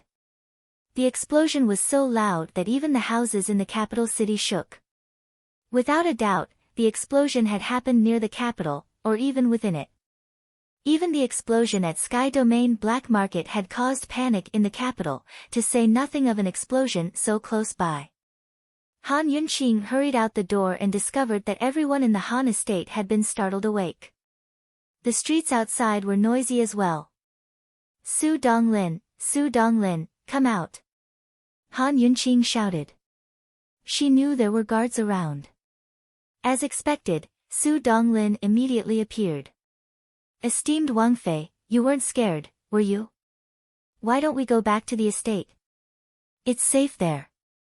What's going on? Han Yunqing asked seriously. I'm not sure either. His Highness ordered me to guard the place at all times. Su Donglin was obviously lying. With his position in the Shadow Guards, he didn't even have the right to speak with His Highness Duke of Qin. Han Yunqing didn't have time to expose his lies. She said anxiously, this is a very serious matter. Hurry and go to the Duke of Qin's estate to see what's going on with His Highness. Find out where the explosion happened. Su Donglin grew anxious as well. He ordered the other guards to keep watch and left immediately. Where did the gunpowder come from? Han Yunqing frowned and pondered. She was really afraid that the whole city search would drive the Chu family into a corner, and they would use the gunpowder case to bite back at Long Feiyi. Other than General Mu's residence, only the Chu clan had gunpowder in their hands. At this time, Long Feiyi had just returned to the Duke of Qin's residence and was also shocked by this matter. Your Highness, it's not far from the armory on the western outskirts of the city. The secret guard immediately investigated. Armory. Interesting. Long Feiyi's eyes flashed with a complicated light. After a moment of silence, he ordered, tell Chu Shifeng that your lordship is going into closed-door cultivation for 2 days. Send more people to keep an eye on the Han family. After he finished speaking, he entered the palace and did not mention a single word about the explosion just now. Does His Highness Duke of Qin have no opinion on such an important matter? The guard was curious, but didn't dare to ask. He quickly went to find Chu Shifeng. The entire capital city was brightly lit by lanterns. Both the common people and the imperial family were panicking, but Emperor Tianhui was the most panicked of all. He was in the imperial study asking General Mu and Mu Qingguo about the betrayal of the imperial guards when the sudden explosion caused the teacup in his hands to shatter on the floor. General Mu promptly sent someone to investigate. At this moment, everyone in the room was silent. Emperor Tianhui sat upright and still, his hands clutching the armrests of his chair. His cold face was tense and solemn. Since the explosion, he had allowed General Mu to send people to investigate without saying a word. In front of him, Crown Prince Long Tianma, General Mu, and Mu Qingguo all had their heads bowed, their expressions ghastly. Leaving aside the question of who was behind the explosion, Mu Qingguo, the commander of the Imperial Guards and the heavy responsibility of protecting the capital and the Imperial Palace, would be hard-pressed to escape blame. Moreover, Emperor Tianhui had just reprimanded Mu Qingguo over the betrayal of the Imperial Guards before the explosion.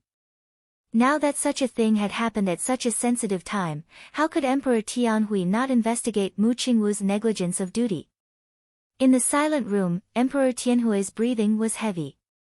Long Tianma and the Mu family were both on tenterhooks and on tenterhooks. The guards hadn't returned yet, so it was unclear what the situation was. Who wouldn't be nervous? Of course, Long Tianma was the most anxious of all. He was feeling uneasy.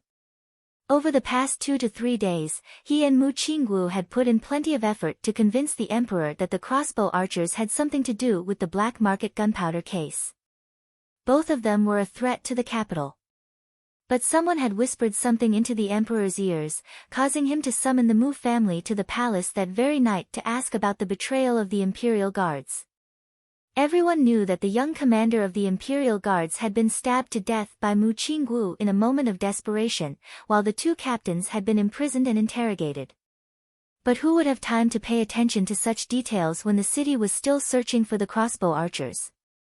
The emperor had only asked once before, then told them to use torture to interrogate them. After that, he'd stopped asking. But tonight, he suddenly wanted to ask for more details. Then there was the sudden discovery of the explosion. Wasn't all of this too much of a coincidence? Suddenly, a rush of footsteps broke the silence of the imperial study. The guards who'd gone out to investigate had returned. In a flash, the tense crowd grew even more tense. Just what was the situation? Eunuch Luo hadn't even brought him in before Emperor Tianhui couldn't take it anymore. Where was the explosion? Just what happened? To reply, Your Majesty, it was the military depot on the western outskirts that exploded. The explosion destroyed 2 storehouses full of weapons. We're still counting the casualties, and the military doctors have all rushed back. At these words, Long Tianma, Mu Qinggu, and General Mu all looked up at the same time, their faces pale with shock. The military depot exploded. How could this be? The depot on the western side of the city belonged to the Imperial Guards under General Mu's command.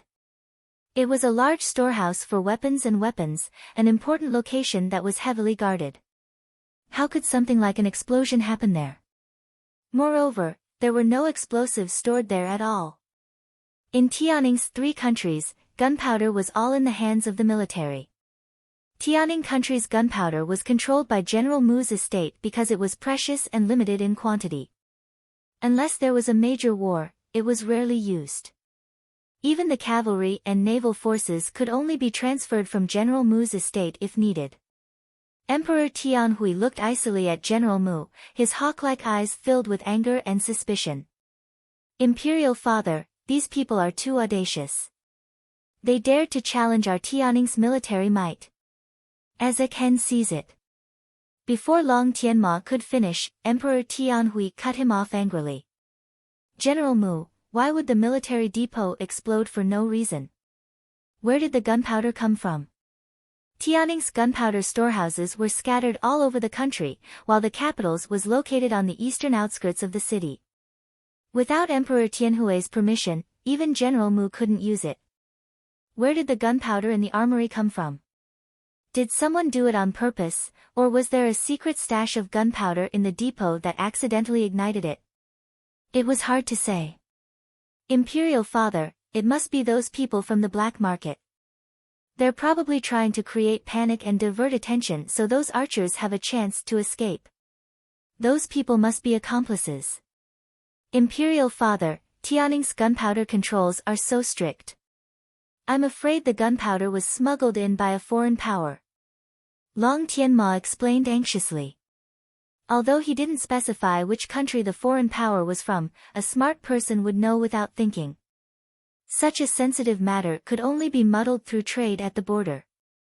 Northern Li and Tianning didn't have any trade, but Western Zhou and Tianning did. Unfortunately, Emperor Tianhui didn't even spare him a glance. Seeing this, Mu Qinggu grew anxious as well. He was about to speak when General Mu silenced him with a look. In the end, the crown prince and the young general were still too inexperienced.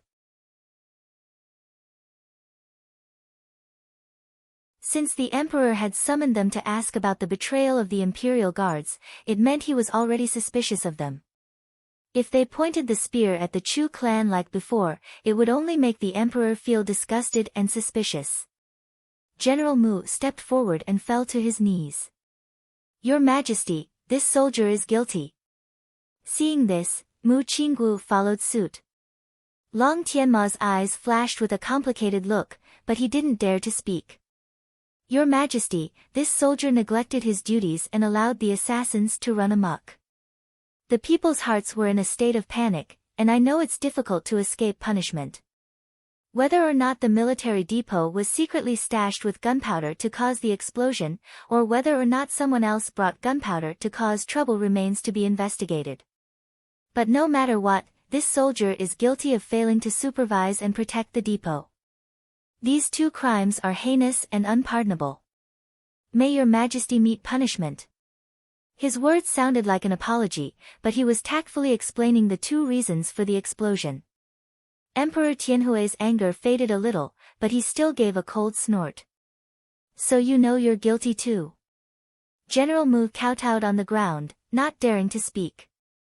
On the side, Long Tianma and Mu Qinggu were even more afraid to speak.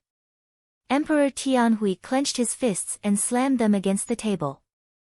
After a long silence, he said, Zhen will give you 3 days to investigate this matter clearly.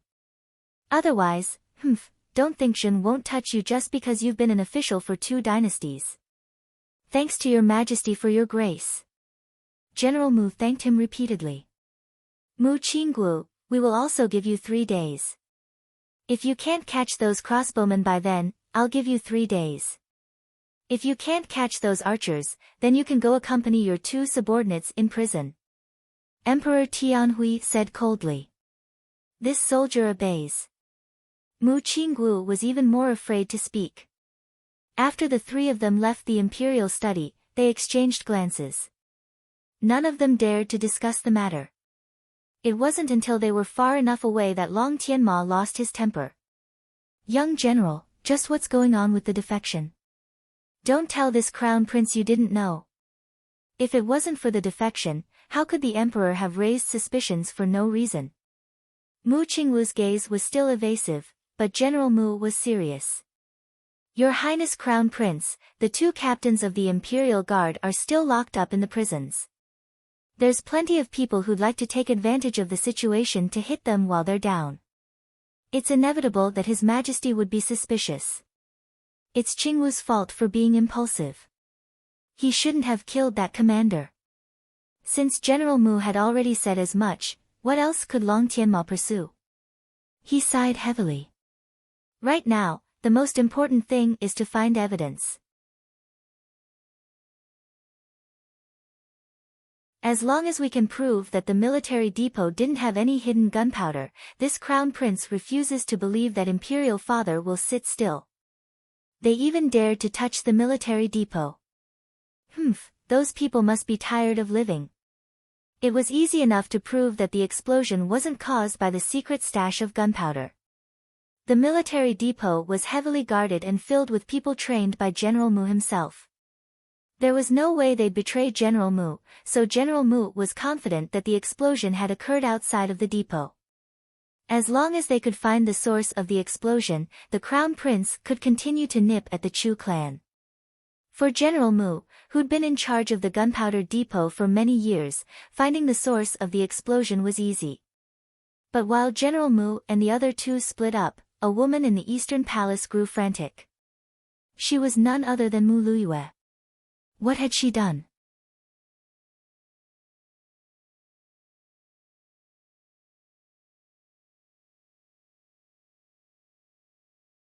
Chapter 496. At this time, everyone in the palace was in a state of panic because of the explosion. However, Mu Luiyue was more anxious than anyone else.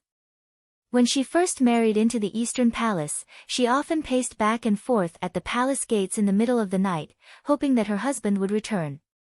Later on, she waited until she lost all hope and never waited again. However, tonight, she was pacing back and forth at the palace gates again. She was waiting for the old nanny who had been sent out to scout for information. Why would the well-trained and disciplined imperial army betray the emperor? Why would Mu Qinggu be so rash as to kill that young commander? Why would Mu Qinggu avoid the crown prince's questions? It was because that young commander had been promoted from the Mu family's army to the imperial army. When he was in the Mu family's army, he was often ordered around by Mu Luiyue. Even if he was punished several times, he was still willing to endure. It was because he liked eldest Miss Mu. He was loyal to General Mu's household, but his betrayal was ordered by Mu Luiyue. As the saying goes, even heroes have a weakness for the charms of a beautiful woman, and femme fatale. Even the imperial army couldn't kill Han Yunqing. How could Mu Luiyue not be anxious? She was waiting for the results of this explosion. The entire palace was noisy. Everyone was discussing tonight's explosion. Only the Eastern Palace was extremely quiet. Not long after Mu Luiyue married into the Eastern Palace, the Crown Prince no longer lived in the Eastern Palace. Unless he came back occasionally, he would not be seen most of the time. Most of the servants in the Eastern Palace were also removed. In a sense, this place was a cold palace. Mu Luiyue was about to go crazy from waiting in this empty silence. Finally, the old nanny returned. Mu Luiyue rushed over and hugged her. How is it? How is it? Is that slut dead? Unexpectedly, the old nanny was about to cry. Your Highness. We were deceived. Deceived? What do you mean by deceived? I'm asking you if that bitch Han Yunqing is dead or not. Mu Luiyue was completely blinded by hatred.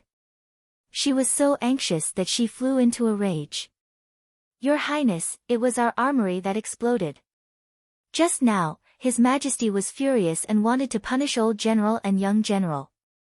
He ordered them to investigate everything within 3 days, otherwise. The old nanny couldn't continue. She had tried to persuade Her Highness to cooperate with noble Consort Chu back then. Unfortunately, she hadn't been able to persuade her. Now, the imperial concubine had been bewitched and had been completely used by noble Consort Chu. What? Mu Luiyue was dumbfounded. After a while, she grabbed the old mama's shoulder and shook it hard. What did you say? Say it again. Your Highness, it was our armory that exploded. It wasn't the Duke of Qin's residence that exploded. How could this be? Did you hear it wrong?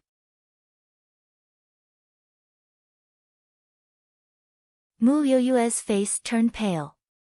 She couldn't believe what she had just heard. It can't be wrong. Your Highness, what do we do now? The old mama was scared out of her wits. She was worried about the great general and young general situation, but Mu Luiyue was more concerned about Han Yunqing's life or death. How could she know the severity of the black market gunpowder case? How could she have the skills to see the current situation clearly? In her childish mind, her father was so powerful that what could the emperor do to the Mu family if something happened to the armory? Not long after the black market explosion, Chu Qingge had come to find her to discuss murdering Han Yunqing. Chu Qingge had said that it was better to kill a bitch like Han Yunqing by the roots than to plot against her. She agreed with Chu Qingge's ideas too much and gave her plenty of suggestions, but Chu Qingge had rejected all of them. In the end, Chu Qingge had brought up Duan Muyao, saying that she was His Highness Duke of Qin's junior sister and had ways to lure him away. As long as he wasn't present, it would be easy to kill Han Yunqing. Chu Qingge had said that the imperial guards were only spares that would be used as a last resort. Moreover, she'd make sure nothing went wrong and silence the witnesses. She wouldn't blow the matter up. Everything had gone according to plan, but who knew that her big brother would rush back as soon as he returned to the city? By the time His Highness Duke of Qin found Han Yunqing on his way back, Chu Qingge had found her again and said that Han Yunqing had gone to the Han estate. She was plotting a plot to blow up the Han estate. First, she could kill Han Yunqing with the explosion. Second, she could smear the black market gunpowder case on the Han family and accuse them of hiding gunpowder for themselves. Chu Qingge had said that the gunpowder was outside the city. Now that the gates were all shut, it would be difficult to get in. She needed the Mu family's command token. The Mu family's command token was her proof of entry into the army barracks. Her father and older brothers were both soldiers, so she'd spent a lot of time in and out of the barracks. Naturally, she had her own token. The guards at the gates were the imperial guards. With her command token, it was possible for them to make things easier for her. She was afraid that the guards wouldn't agree, so she'd given them both a token and a token. Now it looked like Chu Qingge hadn't used the token to smuggle the gunpowder into the city, but had taken them to the military depot instead.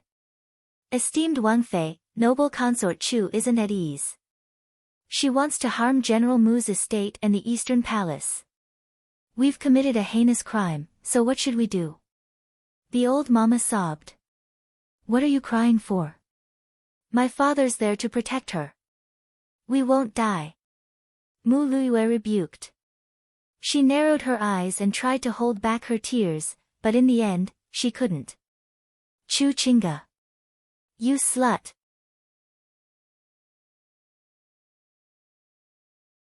I'm going to kill you. Mu Luiyue angrily shouted. The old mama was frightened and hurriedly hugged her. Nyang Nyang, be careful. His Majesty doesn't know anything yet. If someone hears you shouting like that, it'll be over. Esteemed Wang Fei, this old servant will leave the palace and find the general right now. Mu Luiyue finally calmed down. Hurry and go. When you see my father, tell him I know my wrongs. She thought for a long time before adding, tell him I was so guilty that I wanted to hang myself, but you persuaded me not to. Tell him it's inconvenient for me to leave the palace and ask for his forgiveness, but I'll definitely kowtow to him once I leave. Esteemed Wang Fei, don't worry. This old servant will definitely put in a good word for you. The old mama didn't dare delay and left in a hurry. Mu Luiyue was depressed to death. Now that she'd calmed down, she regretted it all. Currently, Chu Qingge was in an even worse situation than her. Mu Luiyue had father and brother who doted on her and allowed her to do as she pleased.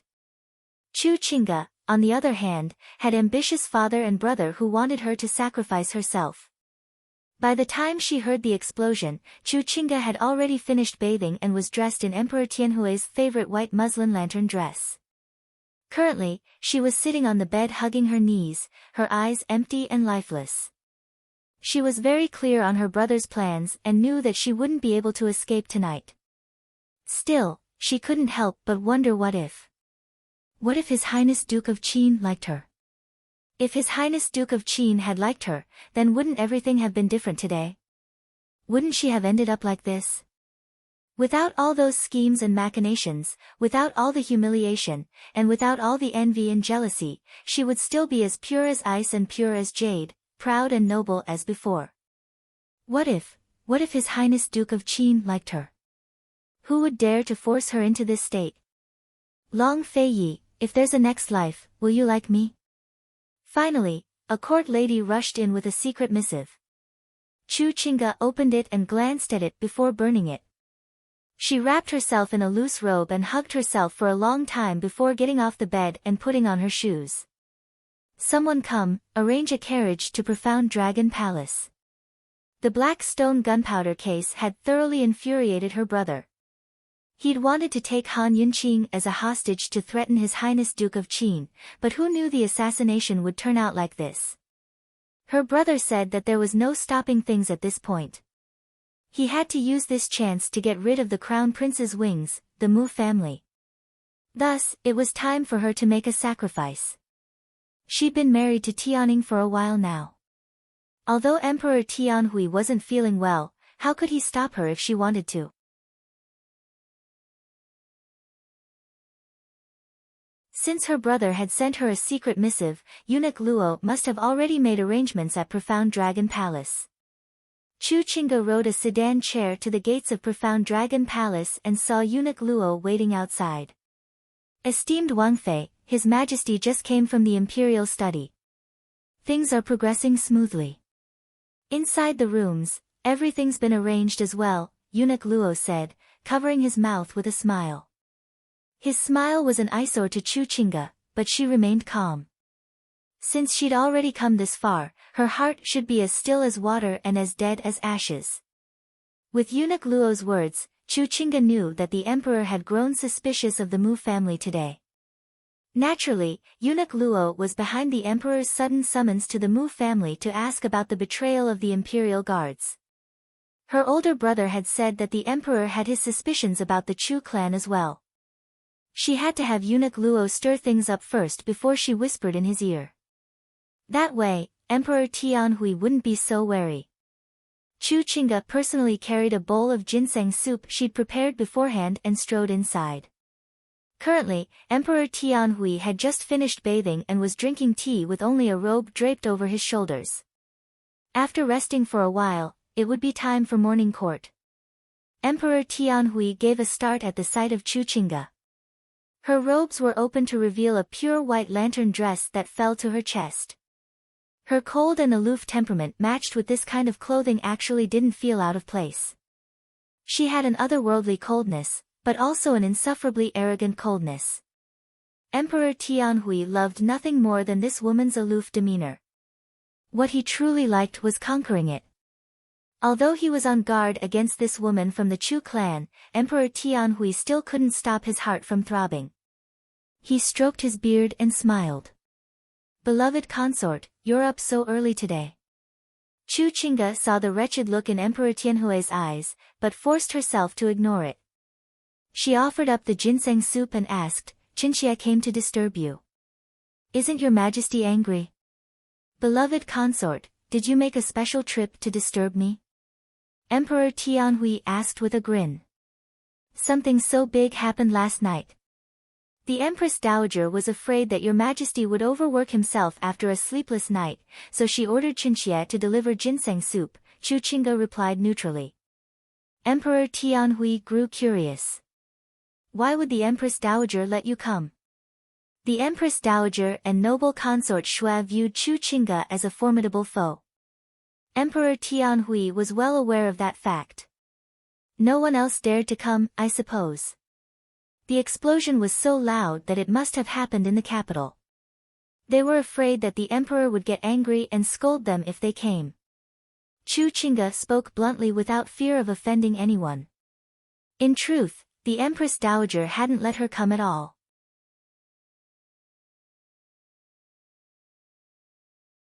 But Emperor Tianhui believed her words. Not only that, but he'd even let his guard down. He looked Chu Qingge up and down before his gaze unconsciously rested on her low collar. He gave it a long look before patting the spot next to him with a grin. Since beloved consort isn't afraid of being scolded, then come over. Your majesty should hurry and drink the ginseng soup so Qinxie can report back to the Empress Dowager. It's getting late, your majesty should be in morning court by now. As Chu Qingge spoke, she bent down to pick up the ginseng soup. Her collar hung low, revealing a hint of spring in and out of sight, making for an alluring sight. Seeing this, Emperor Tianhui couldn't help himself. He suddenly scooped her into his arms and held her tight. Eunuch Luo had long placed bewitching drugs in the incense burner. Add that to Chu Qingge's good intentions, and there was no way Emperor Tianhui could resist her.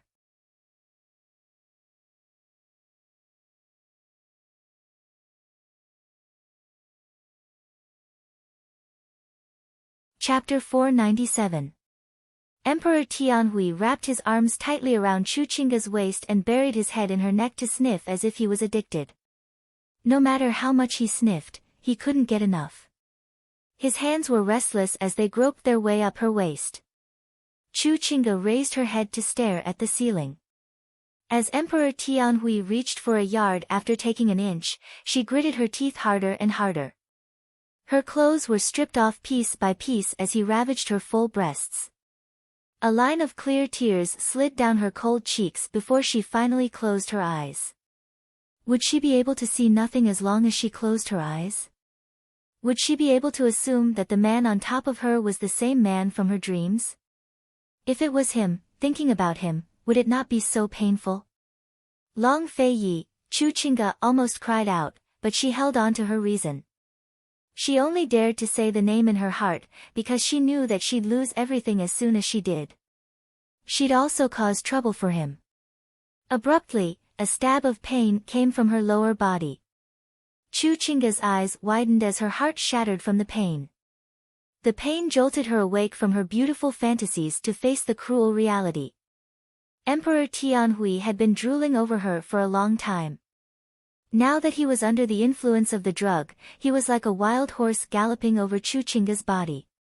Men, especially those in high positions and power, viewed women as playthings in the end. No matter how much they liked a woman, that was all. When their lust flared up and they couldn't hold back their urges, they only cared about enjoying themselves to the fullest. Who cared if you lived or died? Thanks to a certain imperial physician, Tianhui had already been a vegetarian for 2 months. Now that he'd started eating meat, he was like a ravenous wolf, a tiger, or a leopard. That morning, Chuchinga's soul had been ravaged to pieces. After Emperor Tianhui fell asleep, she was like a rag doll whose soul had been sucked out of her. She lay powerlessly on the cold marble floor, unmoving. Only the tears at the corners of her eyes flowed uncontrollably. She knew that from this moment onwards, there was no turning back. She didn't know how long she lay there until the effects of the drug wore off and Emperor Tianhui was about to wake up. She endured the pain and dressed herself before calling for Eunuch Luo to carry him to the bed. Eunuch Luo opened the windows to disperse the aphrodisiac scent in the room as he spoke in a low voice. Esteemed noble consort, this old servant has already given orders. His Majesty is ill, so he won't be attending morning court today. If noble consort Shua comes over later, this old servant will block her for you. You'd better hurry up and get down to business. If His Highness the Crown Prince comes, I won't be able to stop him. Chuchinga only nodded and sat on the bed without a word.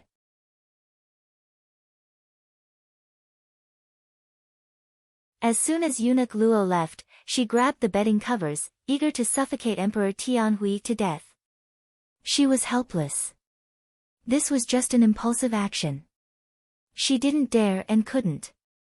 She stood guard quietly, her head repeating her elder brother's words over and over again.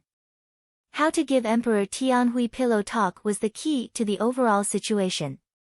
By the time Emperor Hui woke up that day, Chuchinga was only wrapped in a silk quilt and nestled in his arms. After a romantic morning, Emperor Tianhui only remembered that he'd enjoyed himself to his heart's content. He'd long forgotten the details. He looked at Chuchinga's cold, sleeping face and was extremely satisfied. His hand reached out and took advantage of her again. Chuchinga pretended to wake up in fright and slapped Emperor Tianhui's hand away. Let go. Even the most favored concubines in the imperial harem, including the empress of the past, didn't dare to refuse him like this.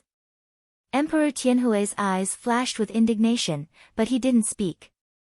His other hand reached out to bully her as well. Chuchinga kept slapping his hand away and huffed. Your Majesty, that's enough. And if Zhen says it's not enough? Tianhui arched a brow. Then Your Majesty can continue. Qinxia can't escape anyways. Chuchinga's words were soft, but her eyes were stubborn. Emperor Tianhui liked her haughtiness the most. Instead of getting angry, he laughed out loud. Fine, fine, fine. Zhen will let you off for now. Despite his words, he didn't release her. Instead, he tightened his grip around her. Chuchinga struggled a few times, but gave up when she couldn't break free. Your Majesty, do you know what time it is right now? Her reminder reminded Emperor Tianhui of the morning court session. What time is it now? Zhen hasn't started morning court yet. He was about to rise to his feet when he felt dizzy and dizzy. Damn it, Imperial Physician Gu had told him multiple times not to have sex because it consumed too much energy. Why couldn't he resist? Your Majesty, are you all right? Are you tired? Chuchinga asked hastily. How could Emperor Tianhui admit that he was tired? Despite his anxiety, he still sat down. What time is it now? It's already past noon. Your Majesty, Qinxia tried to persuade you this morning, but you insisted on having Eunuch Luo cancel the morning court session. Qinxia knows that today's morning court session is very important after what happened last night, but, as Chuchinga spoke, she placed a jade hand over Emperor Tianhui's heart and lowered her head shyly. Emperor Tianhui lifted her chin with a grin. But what? Your Majesty. Chu Qingge pouted playfully at him. Emperor Tianhui was in a good mood. A complicated look flickered past his eyes as he probed, "Beloved consort knows about what happened last night as well." "The explosion was so loud that it must have happened somewhere in the capital," Chu Qingge replied. "About that, what does beloved consort think?" Emperor Tianhui probed again. "Someone was secretly hiding gunpowder.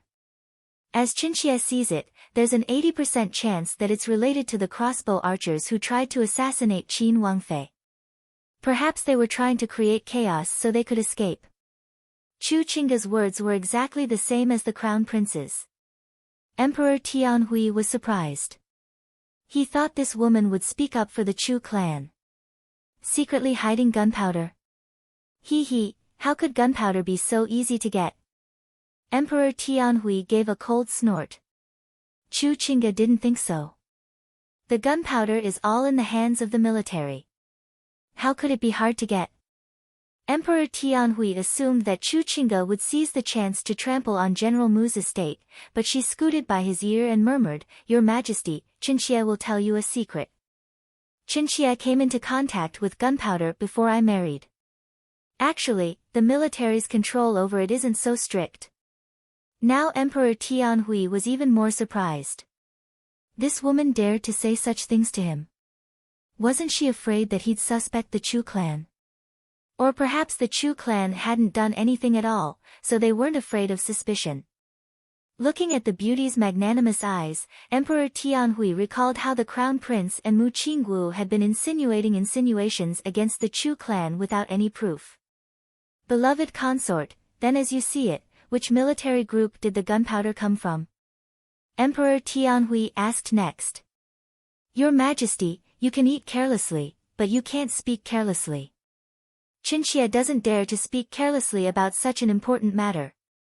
So speaking," she added, "in any case, it can't escape my Chu clan, Tianning's Mu family, or Northern Li's Yuan clan." Emperor Tianhui looked at her for a long time before suddenly pressing closer.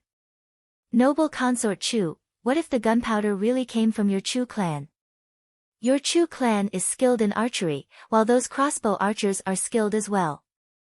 Could all of that be a coincidence?" Chu Qingge was furious. "If your Majesty already knows the answer, then why ask Qinxie? You might as well lock Qinxie up and torture her to prevent that good-for-nothing Mu Qingwu from turning traitor and harassing the people. We still can't catch him." "You're saying that Mu Qingwu's a good-for-nothing?" Emperor Tianhui couldn't believe it. Mu Qingwu was very bold. Cold, he retorted, "Isn't that the case? Even the soldiers he personally led turned traitor. If that's not a good-for-nothing, then what is?" "Qinxie didn't believe it at first, but I never expected it to be true." Emperor Tianhui hadn't believed it either. Of course, he was more suspicious of Mu Qingwu's impulsive decision to kill that commander. In some ways, such actions were meant to silence witnesses. Emperor Tianhui looked at Chu Qingge.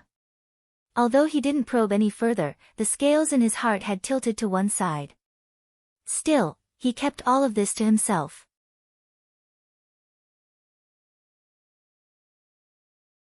Ever since the gunpowder incident at the black market, he hadn't expressed his stance on the matter to anyone. He was still observing the situation and weighing the pros and cons. After all, this incident threatened the safety of the capital. In other words, it was a threat to his throne, so he had to be extremely cautious. There were still 3 days left. He wanted to see what kind of explanation General Mu had for the explosion at the military depot. Seeing Chu Qingge's alluring figure, Emperor Tianhui almost wanted to spoil her again. Unfortunately, he didn't have the strength to do so. After teasing her for a bit longer, Emperor Tianhui allowed Chu Qingge to leave. As soon as she left the profound dragon palace, she ran into noble consort Shui, who was waiting outside. So it was noble consort Chu. In broad daylight, this consort was wondering who had such great ability.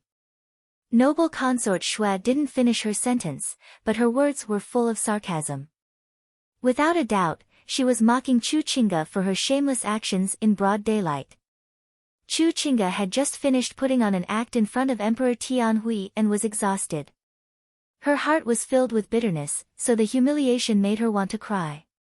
She gave noble consort Shui a cold look before turning to leave.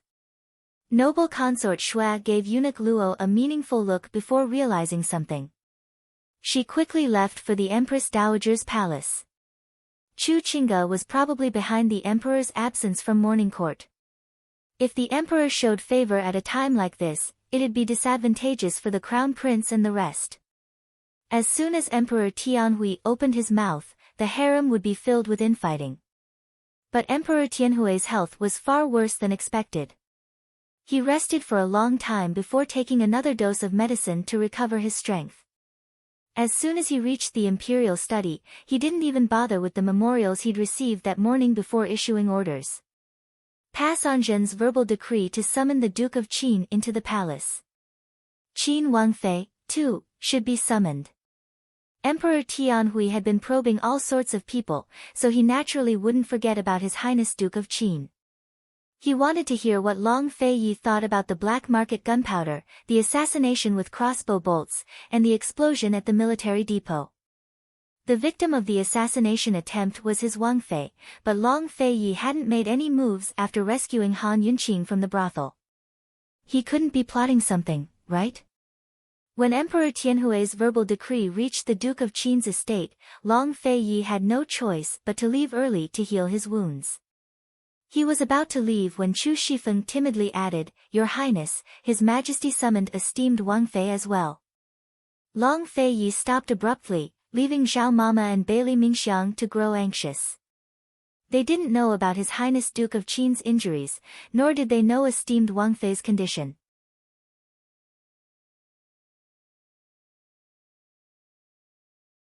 Neither of them dared to go to the Han estate without permission, but they did know that the two masters had made a huge fuss this time. Everyone waited timidly for His Highness Duke of Qin to speak, but Long Fei Yi only stood there without a word. In the end, it was Chu Shifeng who spoke up. "Your Highness, how about this subordinate go to the Han estate and bring esteemed Wang Fei here?" You're tuning in to the Blissful Bookshelf YouTube channel. We're so grateful for your support, and don't forget to subscribe to join us on this incredible journey through captivating stories.